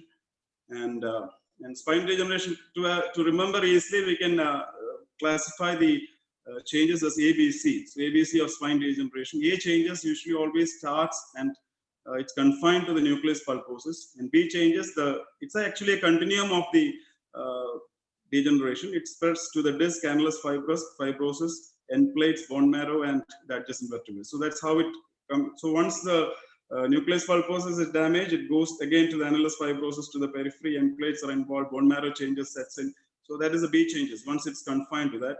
And further, if we cannot arrest such changes, if we cannot treat the patient, pick up the patient at that time, this degeneration continues and continues to the advanced stages called the C changes, where the distant structures are involved, like the facet joints, arthritis, ligamentum flexion hypertrophy, and ultimately the spinal canal diameter is involved and results in our present day pathology as the spinal canal stenosis. So that's how basically we'll deal with each changes in a little detail. So this is a pictorial representation of ABC degenerative changes. Here we know it's always confined to the nucleus, and the nucleus pulposus starts degenerating. And once nucleus pulposus starts degeneration, it gives way, and then the annulus fibrosus at the periphery is involved, which we see commonly as fissures or tears and disc prolapse. And once instability, micro instability sets in, the bone marrow changes go on, like the modic changes sets in. Once all these things are omitted or we are not taking care of the spine at that point, and the degeneration spreads to the posterior elements, where you can see that the facet joints degenerate and the ligamentum flexion also hypertrophy, ultimately resulting in our canal stenosis, where the patient comes without typical symptoms. So we should be aware of what stage the patient is having degeneration, and if we pick up the patient early, what my colleagues have already mentioned, like Sunil has mentioned, conservative treatment plays at the early stage of degeneration, where we can actually treat the patient with core strengthening exercises, with facet joint blocks or medial branch blocks, and all those are symptomatic treatments where the patient can be made more comfortable in doing the exercise and attending doing a proper back schooling. So it's important that we pick up the degeneration at an early stage to treat it conservatively. So once we miss the best, then finally we land up treating the patients in a surgical way. So this is a very interesting slide, and I'll come back to the slide. So coming to the A changes, which we know as the nucleus pulposus degeneration. We know that the normal nucleus pulposus is 80% made of 80% proteoglycan with intermolecular water. So it has extremely good stability and also very good flexibility. So it's maintained by the chondrocyte function within the nucleus pulposus. So because and the commonest mechanism, as we said, is a mechanical stress. Mechanical stress combined with unfavorable inheritance, like the patient having hereditary predominance, aging of the patients, inadequate metabolite transport we have discussed as the chemical changes, and trauma ultimately results in the impaired chondrocytes within the nucleus, and the turnover of the proteoglycans are impaired and the nucleus pulposus starts degenerating. So once the nucleus pulposus starts degenerating, it loses the normal intradiscal pressure. So that's the slide I'm coming back. This is a very interesting slide where you can see that the normal intradiscal pressure maintained in the nucleus pulposus given in kilopascals. There is when the patient is resting prone, it's almost 91 kilopascal. Patient is sitting upright standing, it's 539, and upright sitting is 623, and forward bending is 1324 kilopascals. This can be compared very well with the average tire. The highest maximum tire pressure we put in the car is 300, and in a well-inflated soccer ball is 111. So you can imagine how much of pressure the nucleus pulposus bears within a normal person. This is average pressure in L4, L5 disc in a healthy individual. So this much pressure is important because once the interdiscal pressure loses, you can see that there is a degeneration pressure coming up. The patient is prone lying in an early degeneration, the pressure drops to 72 from 91, moderate degeneration to 32, and severe degeneration, the pressure drops from 91 to 10. It loses almost 90% of the intradiscal pressure. So this is important because the stress distribution is maintained by the intradiscal pressure as by the Pascal's law. The hydrostatic action of the intradiscal pressure helps in evenly distributing the stress to the end plates. You can see here to the end plates and to the annulus fibrosus. So once the patient is under load or stress, the nucleus pulposus being healthy maintains intradiscal pressure, so spreads the pressure equally to the end plates and the disc. So once that is gone, once the disc nucleus pulposus desiccation starts, and because of any of the causes we have discussed earlier, the intradiscal pressure drops, and there is overload to the annulus fibrosus. Annulus fibrosus undergo fibrous changes because it acts as a solid fiber to restrain the weight, the stress, and ultimately it results in fissures, tears, and ultimately our degenerative spondylolisthesis or disc prolapse or whatever. So that's how the A changes starts in the nucleus pulposus. And coming to the B changes, once the nucleus pulposus is already gone, the annulus fibrosus takes a lot. We know then the changes starts in the annulus fibrosus, and then it's carried over to the end plates and then the bone marrow. So annulus fibrosis, mainly the commonest presentation of the stress we see is fissures. It can be a circumferential fissure, or it can be a radial fissure, or it can be a peripheral rim fissures, which we can easily make out by MRIs, where you see in a circumferential fissure, you can see a high intensity zone of body because there will be the nucleus pulposus material leaking out in the MRI. And I'm not going into the MRI details because we have a separate webinar coming up in the next days. So I'm just because it's an overlay to make it understand better, I'm just commenting on the MRI findings. So depending upon the fissure, whatever the position of the fissures, whether it is rim, the treatment does matter because we are, especially in a endoscopic procedure, in a transforaminal endoscopy, we have to identify where the fissure is, whether it is in the lower, near to the lower zone, or whether it's in the central fissure, or whether it is to the upper end plate. So depending upon, we have to needle it properly. We have to get our scope in the right position to find the fissure and treat it properly. So that fissure position is definitely important, and we have to be really good at reading MRIs also. So that adds on to your own perspective of where to go in. And once the fissures are already developed, and the treatment, we have not done anything for the healing, or we have not done anything for the treatment at that point, the degeneration continues and the disc starts displacing. So the disc displacement, common types of disc displacement are the diffuse and the focal herniations. Diffuse, we know there's a diffuse disc bulge, the radiologist commonly describes, and we can see that the disc space in them are normally preserved. But once there's a disc annular bulging, because of already the nucleus is gone, the annulus fibrosus starts collapsing, then there is an annular diffuse bulging, and there is a marked decrease in the disc space. And once already the annulus is given way and you have a rent in the annulus, the protrusion, the herniation starts in, whether it's a protrusion, extrusion, or extrusion with sequestration. And interestingly, sequestration with which usually there will be a annulus fibrosis tear along with a posterior longitudinal ligament tear where the fragments get sequestrated. So that's a differentiation of the degenerating pattern. And these are the end plate changes, though it's a little overlay with the MRI. It's interesting to know. Normally, end plate changes. Once the disc has herniated, again it starts micro instability. End plate starts giving changes, and which can be made out in the MRI. And the type 1 changes, it's normal. And type 2, there is thinning of the end plate that you can see in the film. And definitely, good radiologists can make out. And type 3 also, there is focal end plate defect in this, where you can see the thinning along with focal end plate defect.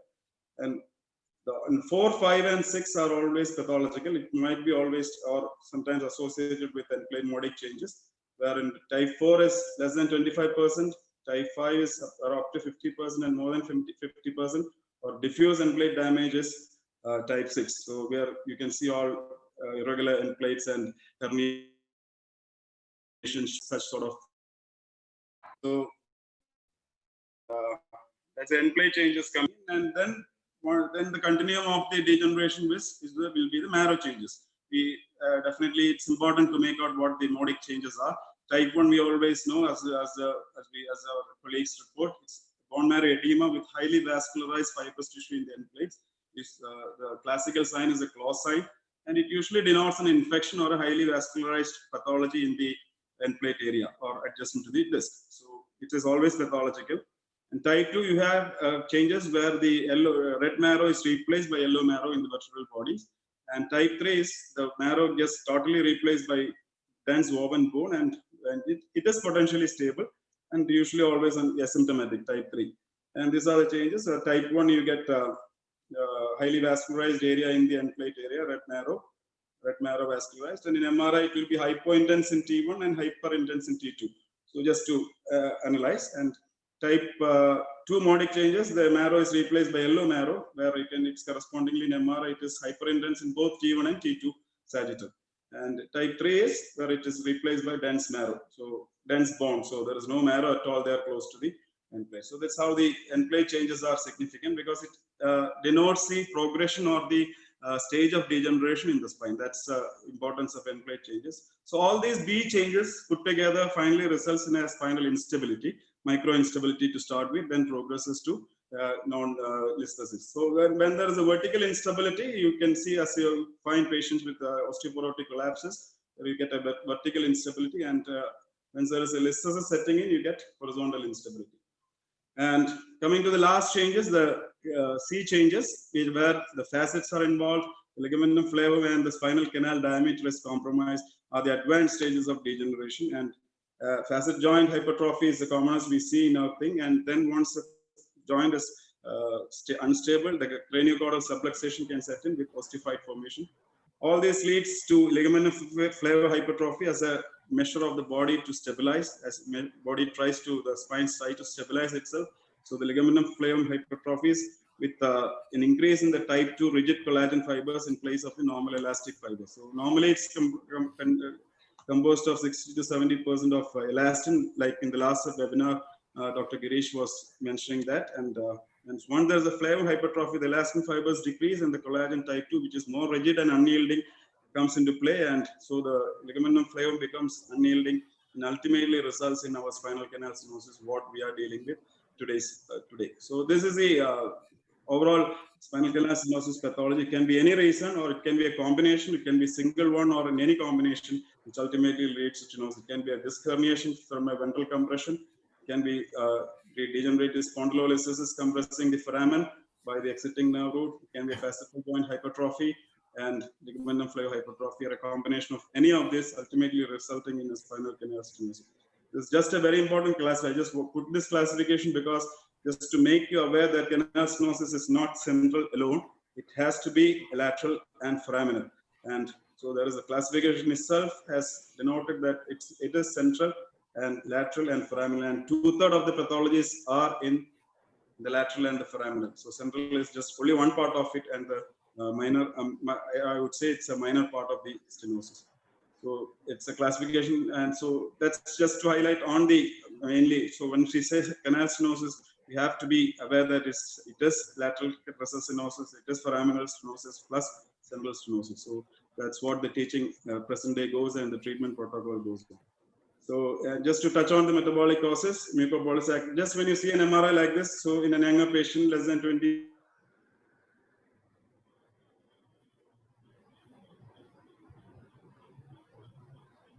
being the most common in our scenario, where the pathology, what they describe is hexosamine content in the nucleus pulposus decreases, and in turn it has a toll on the proteoglycan synthesis, and the nucleus pulposus degeneration starts much early. The age changes starts early in diabetic patients. So that's the one thing we have to keep in mind. I think I have made some justice to the topic sir has given me. Thank you so much. Yeah, thank you very much. That was a very exhaustive coverage of almost all the possible routine known causes of stenosis, and you have touched all the important points. Now, I'll just summarize by saying that last time, the first meeting, we talked about the concepts in stenosis. This meeting, we have concentrated on the symptoms, how to assess those symptoms, what are the structures which correlate with those symptoms, what tentatively is the stage when we intervene apart from the conservative treatment, and what is it that is important to know. Now, our perspective, that is our idea of holding this webinar and the previous one and the future ones, is primarily to understand the whole issue with a very specific, concentrated, focused attention to transforaminal endoscopy. We do not deny that there are ways and means of treating this condition with various other modalities, but our primary focus is on transforaminal endoscopy. So, with that in mind, Dr. Faisal, you did a wonderful job. Now we'll go ahead with the questions. Now, there are questions which I'll take. I already received 3 or 4. All of you who want to ask questions, either you can type them in the chat window, that would be better. Otherwise, you can unmute yourself and talk after I have finished. Another 3-4 questions I'll take, and then we open it out. The first question is asked by Dr. Saif Anmar from Iraq, and he is asking us that he's saying that he commonly would like to tackle this problem by micro discectomy like thing, or a microscopic surgery, microscopic decompression of the ligamentum flavum and the lateral recess without laminectomy.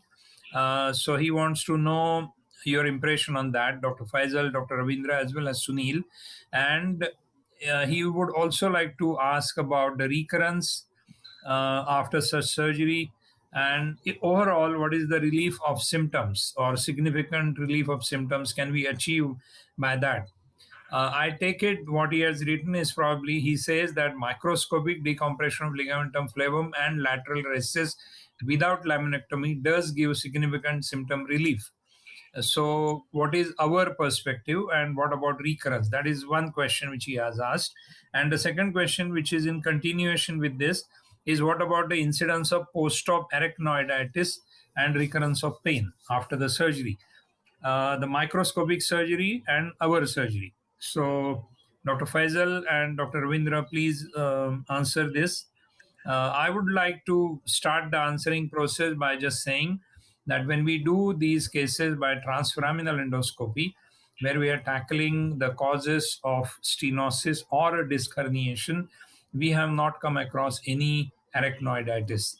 A recurrence of pain we have noted either because of recurrence of inflammation, the recurrence of symptoms from another level, or rarely if we have not done our job adequately. In my hands, for example, about 4% patients I see when they continue or they have a recurrence of pain after I have intervened. And that is probably because I have not tackled it fully. The surgery might be inadequate, or there might be a recurrence of cause for inflammation again, etc. Now I'll come to Dr. Ravindra, then Sunil, and then Dr. Faisal. Yeah, Ravindra, you please unmute and yeah. Yes, sir. Yeah, traditionally we have been looking at lumbar canal stenosis as due to central canal decrease in the volume, mainly the central portion of the spinal canal. We are not focused, or we are not thought about the causes of radiculopathy in the foramen or in the lateral recess. Now, as Dr. Saif's question of doing a microdiscectomy to relieve the symptoms, definitely the symptoms are unilateral, and the pathology also is unilateral, and definitely it could relieve the symptoms to an extent. But suppose if the patient has a pathology in the foramen or extraforaminal, as to say osteophytes around that region, um, reaching up to the lateral recess may not entirely relieve the symptoms. The patient may still have a few symptoms on walking or standing. So, and even in extension of spine, they can experience some pain. Whereas when we approach through this pathology through the foramen, we can clear these things adequately. The only restriction being because of with the present instruments what we have, we may not be able to do a complete job of removing the osteophytes in some difficult areas, especially when when the osteophyte is around the paracentral region. It may not be difficult. It may not be easy to approach that area and remove the osteophytes. A little trimming of the osteophyte, or sort of cauterizing the soft tissues over the osteophyte is still possible, but there is a bit of a restriction around that area, and that might cause a recurrence or a sort of inadequacy in the resolution of the symptoms in some patients, which we have noted, and we'll treat them with some blocks, and over a period of time they do well. But I agree that there are some restrictions with transfemoral route as well. But with microdiscectomy, we're trying to do the same surgery what we're doing traditionally all these years, but at the max what you can reach is up to lateral recess. You cannot go beyond that area to tackle the SAP or the ligamentum flavum extending up to the pedicle. So that can be approached only through the foramen. So there can be a possible recurrence of symptoms in both the techniques, depending on what you have, what pathology you have addressed basically, and what you have missed. So arachnoiditis, we have not seen any. Personally, I don't have any case of arachnoiditis in my surgery so far. I'm sure that most of my colleagues also have never reported any case of arachnoiditis in any of the patients they have operated. Ravindra, can I add on to that? Yeah, please. I think what you have said is extremely right. But regarding our surgery, I think it's a fantasy is that we are doing the patient under local anesthesia.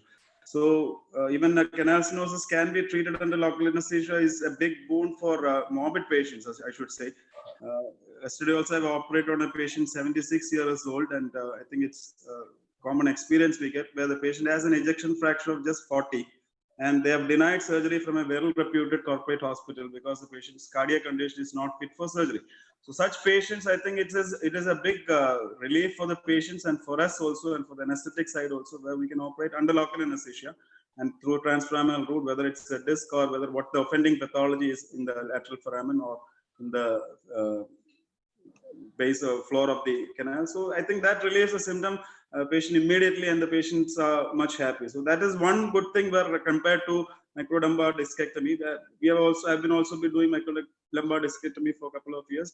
And the one problem which what you have commented is the fenestration surgery, which I am correct. Fenestration surgery is in my hands. I had a lot of post-operative radiculitis for the patient because we're doing a lot of traction on the nerve roots with a small incision. And unless we do a wide laminectomy, especially in L4, L3, L4 levels, and just removing the flavum doesn't open up the root as far as in my hands. So we have to do a laminectomy as such and give a lot of tractions if the disc is offending structure. So I think compared to that, it's not at all comparable, where in a transforaminal route is you see all the pathologies and you can clear them. So that is one good thing about transforaminal route. And being under local anesthesia is the most important added point I think we should emphasize. Thank you. Well, quickly add on to one case which I had recently, a couple of days back, and this patient is a 60-year-old lady who underwent laminectomy L5, S1, and L5 and microdiscectomy at L4-5 for lumbar canal stenosis. The 3 years back, and now patient complaints of severe pain, came back with severe pain around the right lower limb with urinary symptoms, repeated urinary tract infections as well. Now, treating such a patient who has undergone already an open surgery is a mess with the traditional surgeons, because again open up everything, the tissue is being adherent to the nerve roots, whereas transforaminal helps you in such cases where even if the patient comes up with the pain, we can always solve the problem under local anesthesia, as Dr. Faisal pointed out, and with minimal morbidity to the patient. So definitely transformer has an ace over the traditional surgeries. Yes.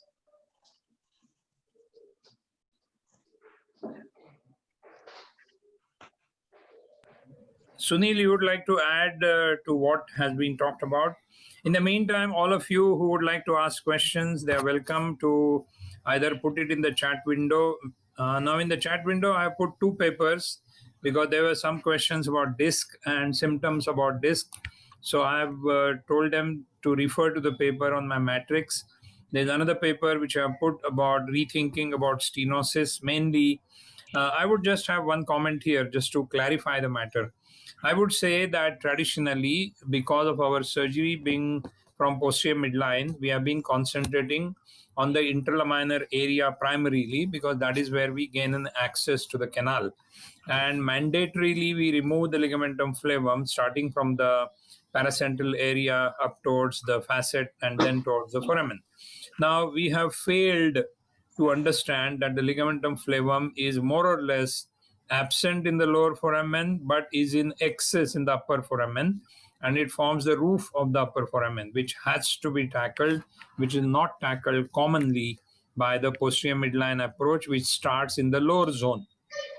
Number 2, there has been a lot of removal of the bone, especially when we are tackling the lateral recess. Now, we are, as endoscopic surgeons, we are trying to propose that without going posteriorly, we are able to relieve these problems through the foramen. Of course, you may have to wait for our further future seminars and webinars where we are going to tackle about each zone surgery. Till that time, you need to believe us and you need to go through the literature which is being sent to you. So, Sunil, what's your perspective? Unmute yourself and you can go ahead. In the meantime, questions please on the chat window, or after Sunil, unmute and you can talk. Yeah, Dr. Faisal, fine. Thank you. Thank you, sir. I'll join you. Yeah, next thanks for joining. Yeah, take care of the patient well. Thank you, sir. Thanks. Okay, bye-bye. Bye-bye.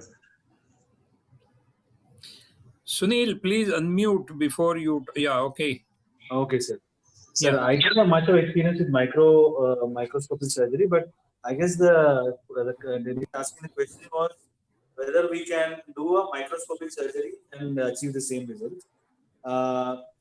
Maybe if central pathology and in the paracentral area, we probably will be able to do that. But if in the foramen, in the far lateral, probably we are better off with the transforaminal, because that is the area we are familiar with and we can remove the pathology and see the nerve roots. Point 1. Point 2, the fact that we can do the procedure in the local anesthesia for elderly patients with morbidities is such a boon. So more people can be treated this way with least complications. And arachnoiditis, I am yet to see an arachnoiditis in my practice. Okay, so I think that answers your question, Dr. Saif. Further questions, please. Whatever question which you would like to ask, please put it here in this window, or you can unmute yourself and talk. You can ask the question directly to me, to Sunil, or to Dr. Ravindra. There's one more thing which I'll again emphasize is that when we are doing our surgery through the posterior midline, we are landing in the interlaminar area, which is in the lower part of the functional spinal unit.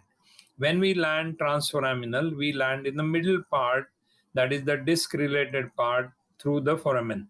The upper part of the functional spinal unit, or the upper zone, is readily accessible to us because we come in the middle zone and we just have to turn our scope and go towards the cephalad part of the foramen. Whereas posterior midline axis going towards the upper zone is extremely difficult. In fact, they don't go there. They only go over the top under the facet, that is again in the lower zone or in the other side lateral recess. Please go through the literature, the traditional one and our literature. You will find that we are extremely clear about what we are doing and where we are operating. All traditional literature is there for lower zone surgery, that is lateral recess surgery. Everything they talk about ligamentum flavum in the midline, they talk about the cutting of the bone, they talk about cutting of the medial facet, etc. They are not talking about the anterior structures which are important in the middle zone. All of us have seen there are osteophytes on the end plates in the middle zone. There is a loss of concavity of the posterior annulus. There is a bulge in the disc.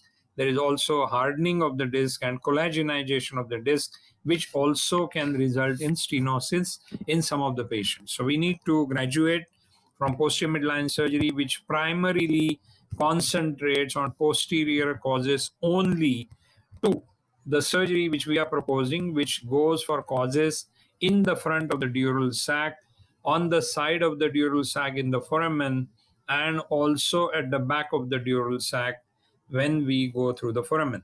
Now, there is a question here. The question is, how about using ultrasound for residual urine as screening for early coda equina? Yeah, Dr. Obaid, that's what we said.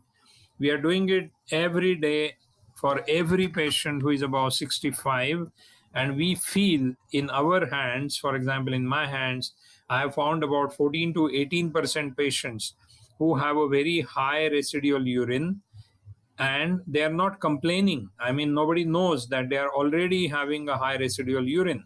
If you treat them in time, you can relieve them. And secondly, if you have not done this investigation, then unfortunately, after the surgery, they are going to land up with residual urine and a need for catheterization. And obviously, they are going to blame you as a surgeon who has caused this problem. So that was the point which Dr. Ravindra as well as Dr. Sunil were trying to make, which I entirely support. We must do pre-operative post-void residue in every patient above the age of 65.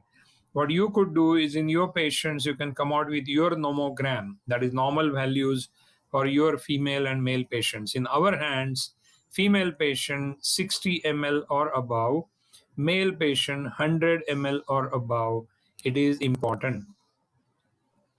Okay, questions, comments, or any suggestions? And before we disperse, our next meeting is going to be about imaging.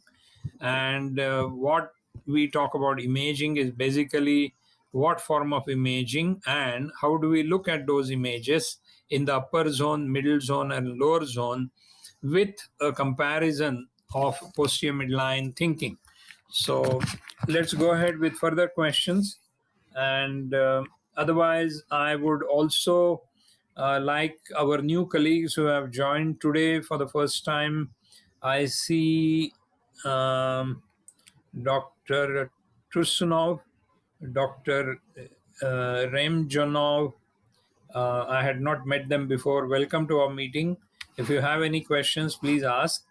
And I also see some of our members of Mission Spine Foundation, as well as our friends who have been with us for most of our meetings.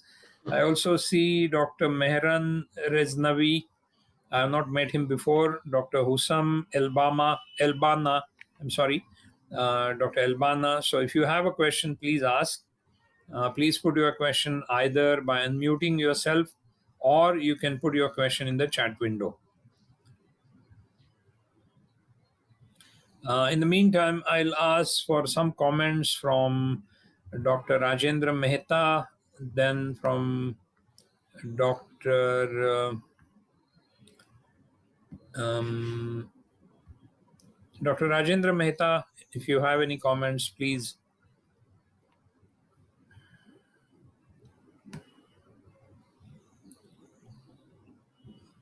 Okay, I think he seems to be away from the machine, maybe. So, okay, welcome to Dr. Tursunov and Dr.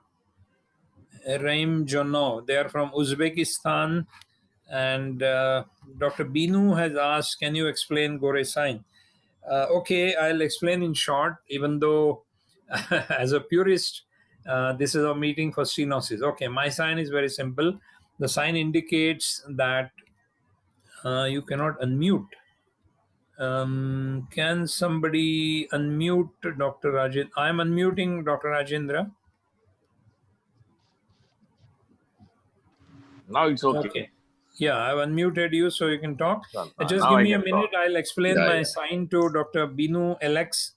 Dr. Binu, my sign is simple. It indicates inflammation of the nerve, which is because of upregulation of the sodium channels as a reaction to nucleus pulposus, the remnant of notochord in the body, which gives an immune reaction of inflammation, and the nerve gets inflamed. Now, all of us in our clinical examination and assessment have been going through stages of inspection, palpation, percussion, auscultation, etc. So we thought initially of palpating the nerve right from greater sciatic notch up to the ankle, and then we found that the nerve is very, very tender at the ankle, in front of the ankle on the roof of the sinus tarsi, that is the tunnel between calcaneus and talus, and on the lateral wall of calcaneus for the sural nerve. The front is the deep peroneal nerve, lateral terminal branch. These nerves are found to be tender when there is inflammation around S1 for the sural and L5 for the deep peroneal nerve. Now, this is my sign primarily. If you find that the nerve is tender and if you inject local anesthetic, which is a sodium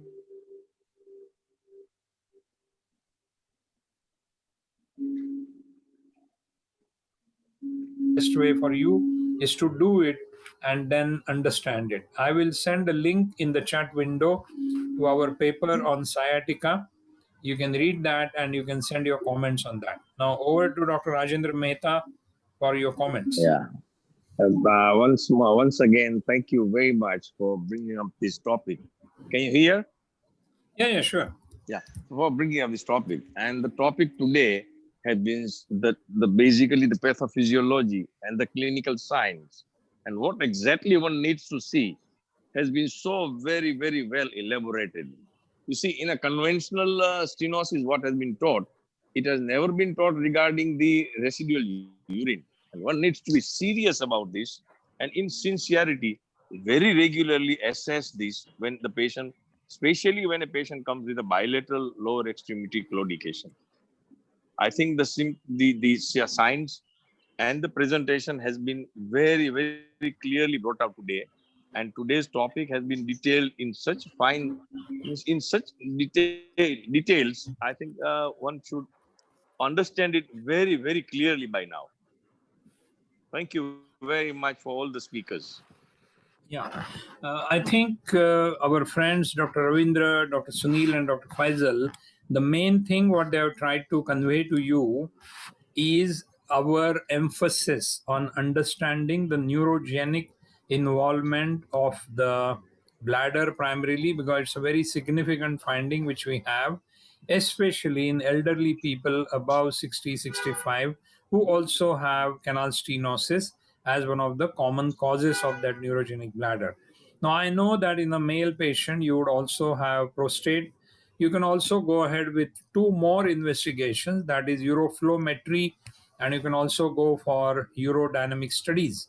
But a very simple ultrasound, which is very cheap, easily available, non invasive, can be done as to understand whether the detrusor is already weak. And if you find that the detrusor is weak for whatever reason, it may or may not be related to the neurogenic function, you are at least on your guard and you can counsel your patient better. Any comments by Sunil or Ravindra? Nothing to add, sir. I mean, Nothing to add, sir. Okay. And now, once more, like Yeah. what someone questioned, regarding does this improve? I think now our focus should be after the post surgery, after 3 months and another 3 more months, twice Yeah. in 6 months, one should at least assess it. What is the Actually, what residual we are urine? doing is we tell the patient that your bladder is in such a stage today, even though you don't have a retention, you are a candidate who is likely to need a catheter for a long time. You may need a catheter. So, if he or she really needs a catheter after surgery, it doesn't come as a surprise to them. You see, the main problem is our old style has been to ask the patient, do you have any bladder problem? No, I mean, the patient doesn't understand that whether he has or he doesn't have. At the most, if there is a very intelligent patient, he may say that I do have some reduced force of urination or something. So doing an ultrasound should be made mandatory. In fact, I would say before doing a MRI, I rather advise ultrasound. And if the patient is having a high post-void residue, then I say that you should go ahead with investigations. So we have sort of changed that priority. Now, once more, I just put Yeah. up regarding this post-voidal urine sonography. Should one do it even in a unilateral claudication, or it should be always done in a bilateral claudication? No, I would agree with you that probably a bilateral would be more close to reality as far as sacral root involvement is concerned. Yes. But as a matter of helping us decide or triage our priorities, it is better. I advise it for all of them above 65, even in case of disc herniation, not only stenosis. Even if the patient has a disc herniation, you see, you need to understand and appreciate that the body function and complexity is such that you cannot take any chances. It's like doing a chest x-ray, a cardiogram, blood pressure, blood sugar testing prior to surgery. Same, we do a ultrasound and see whether there is any post-void. Now, in a male patient, if the patient has post-void and has prostate and has hydronephrotic changes, then we tell the patient that you see, you're not going to have any mortality because of lumbar canal stenosis or disc herniation, but hydronephrosis can kill you. So the priority will change in that case. So coming back to your question, I would advise it for everyone, even though if you want to be selective, then I agree that for bilateral, it would be more prudent. It would be more proper. For unilateral, maybe you may not do. But again, 65 and above, better to do. Dr. Ravindra, any comments on that? No, sir, that's fine. I mean, that's what we have started doing now, because usually the symptoms are beyond 50 years, 55 years, 60. So all these patients, either unilateral, bilateral, they are bound to progress. So you can always keep a check on that, and as the patient progresses with the symptoms, likewise you can always measure the magnitude of the problem by doing residual urine measurement also. So I think both will go hand in hand. Okay, now I think we will have some more comments. Dr. Girish, would you like to have some comments? Then I would also ask Dr. Salami to have any comments if he has. Dr. Elbana Husam, if you have any comments to offer, please do. Yeah, Dr. Shiraz, you have suddenly come on the scene. I thought you are a duplicate of Sunil, so I didn't look at you. So, okay. Dr. Shiraz, if you have a comment, please go ahead.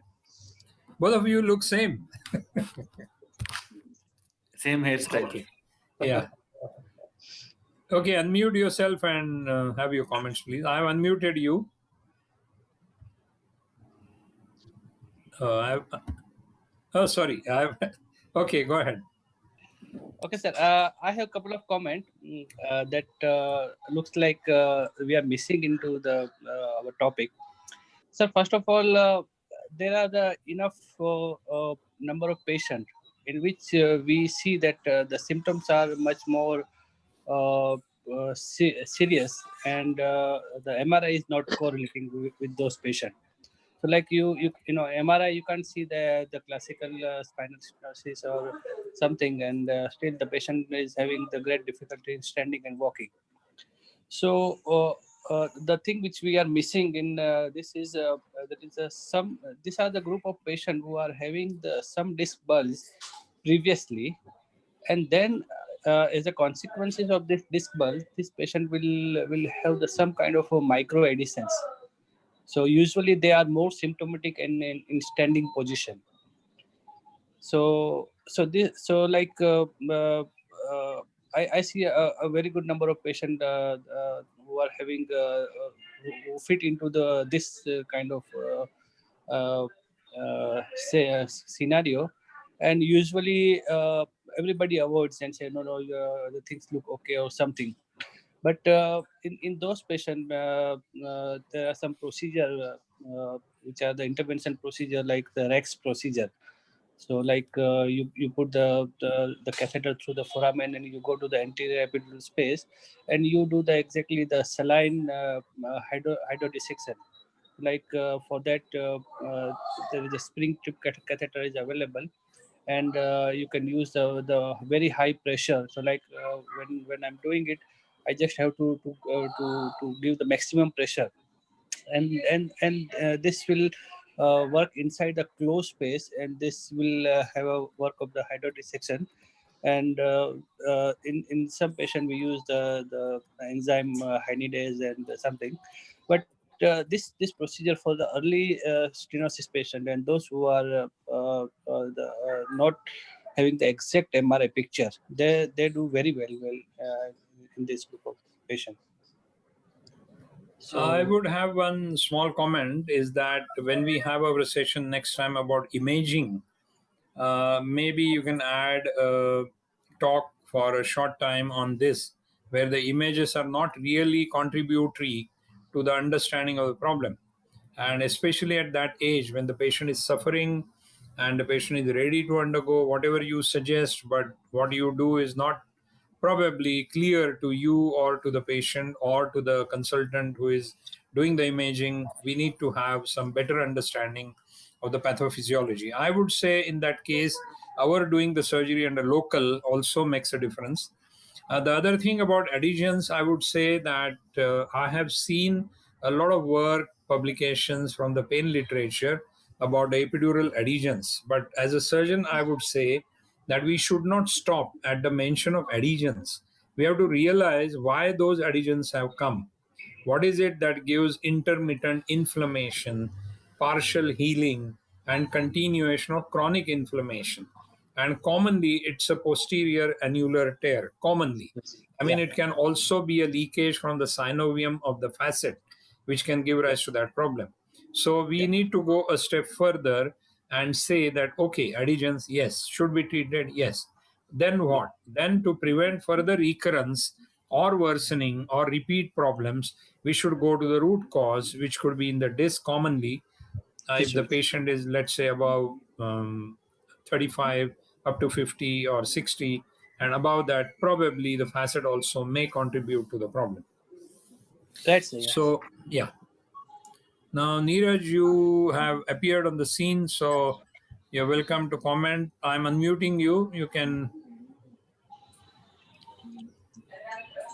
Important here. I just want to bring to everybody's notice what is happening is very often we see in clinical practice the people who are high diabetics, and they keep on having severity of the symptom and they are being blamed for only for diabetic neuropathy. And suddenly, when you do investigation, you find they have a very severe canal stenosis, gross canal stenosis, or gross neurological compromise, and they have just been put on the treatment of diabetic neuropathy for a long time, for years together.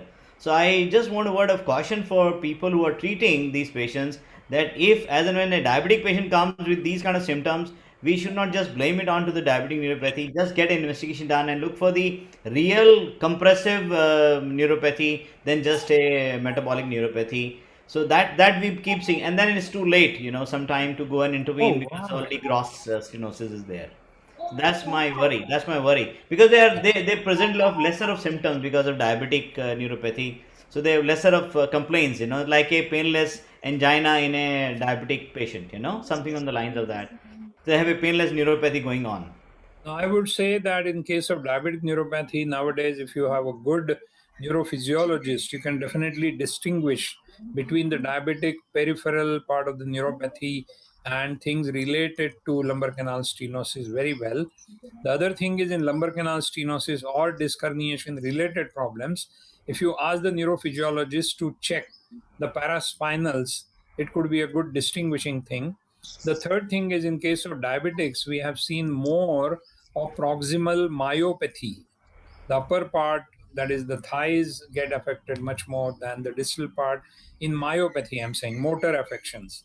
So there are some signs which are distinguishing. In fact, we could have had a better comment on this, that is what is the common differential diagnosis. Like we talk about vascular causes of intermittent claudication, we should also mention metabolic causes which can cause similar symptoms, and these are the people who commonly would I would also mention that I have seen a couple of patients who had Parkinsonisms, which presented with some mixed picture, and then you treat them adequately, and you find that the treatment helps only partially, and then they evolve into something which was Parkinsonism all the way. I mean, right from start, but then we probably thought of something else. So I do agree that in case of lumbar canal stenosis, things are not dry and clear cut like in disc, for example, and it is always going to have some comorbid conditions or associated confounding factors, as we call it. So, point is well taken. What you mentioned is very important, and we must concentrate on that. Because they reach us late. That's the only point, is they reach us late, so we should be more proactive to really go for investigation and treat on our lines of action, what really patient really needs, and just keeping on a diabetic treatment. Because Yeah. normally they're with physicians and all, and they miss on this. And we cannot cross blame our co-friends or consultants. So that's the only point I'm trying to bring, sir. Yeah. So, okay, thank you very much. Then we go to Once, Dr. Girish. can Yeah, I? sorry, Rajendra. Yeah, Yes. Satish, you talked. Yeah, I just missed one line. Similar to the distal block that you give, you talked of upper block in Yeah, proximal block in cerebrospinal the block, foramen. proximal block. Acha, that was in the foramen. I just missed the line. That Yeah. was in the foramen block. Fine. Okay. Yeah. Okay. So now we ask Dr. Girish Gupta to have his comments, and we are coming close to our meeting. The next meeting is going to be about imaging. It's going to be on coming Wednesday. So all of you are invited. This is Wednesday is 10th of June. That is coming Wednesday, 4 days from now. And I had also asked Dr. Salami to have his comments. If he's there, then please do come forward and add to our understanding by your perspective.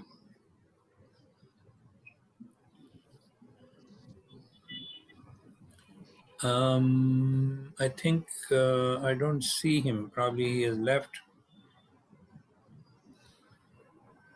Okay. So anyone else who wants to have a comment, please do so either on the chat window or unmute yourself and talk. Otherwise, in the next few minutes, we are going to wind up and probably meet you again on coming Wednesday.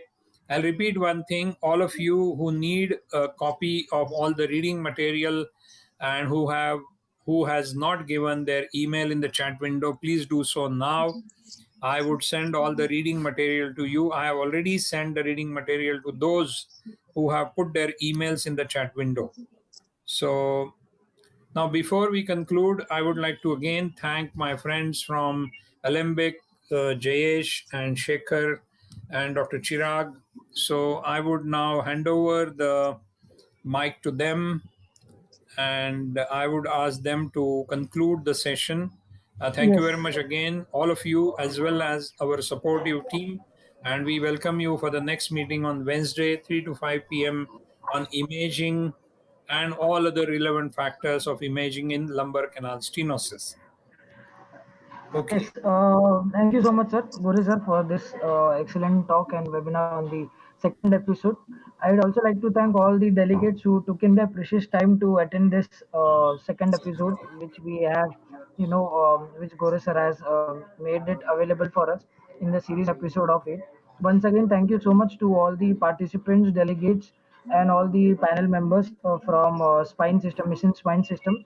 And as correctly said, we will again meet on the same ID, and same password will be there for all the consecutive coming meetings. So we hope that equal participation would be there in the coming CMEs as well. Once again, thank you so much all eminent faculty members, and to Dr. Gore sir, Dr. Raghav Sunil sir, and also the other faculty member Faisal sir, and I missed one name sir. So sorry for that. So thank you so much sir once again. I hope you all have a great day. Thank you. Thank you, Jayesh. Thank you. Yeah, thank you very much. And let's see you again, all of you, on Wednesday. So, bye-bye. Thank you, sir. Yeah, thanks for all the comments and all the compliments. And thank you again to our team. Thank you, sir.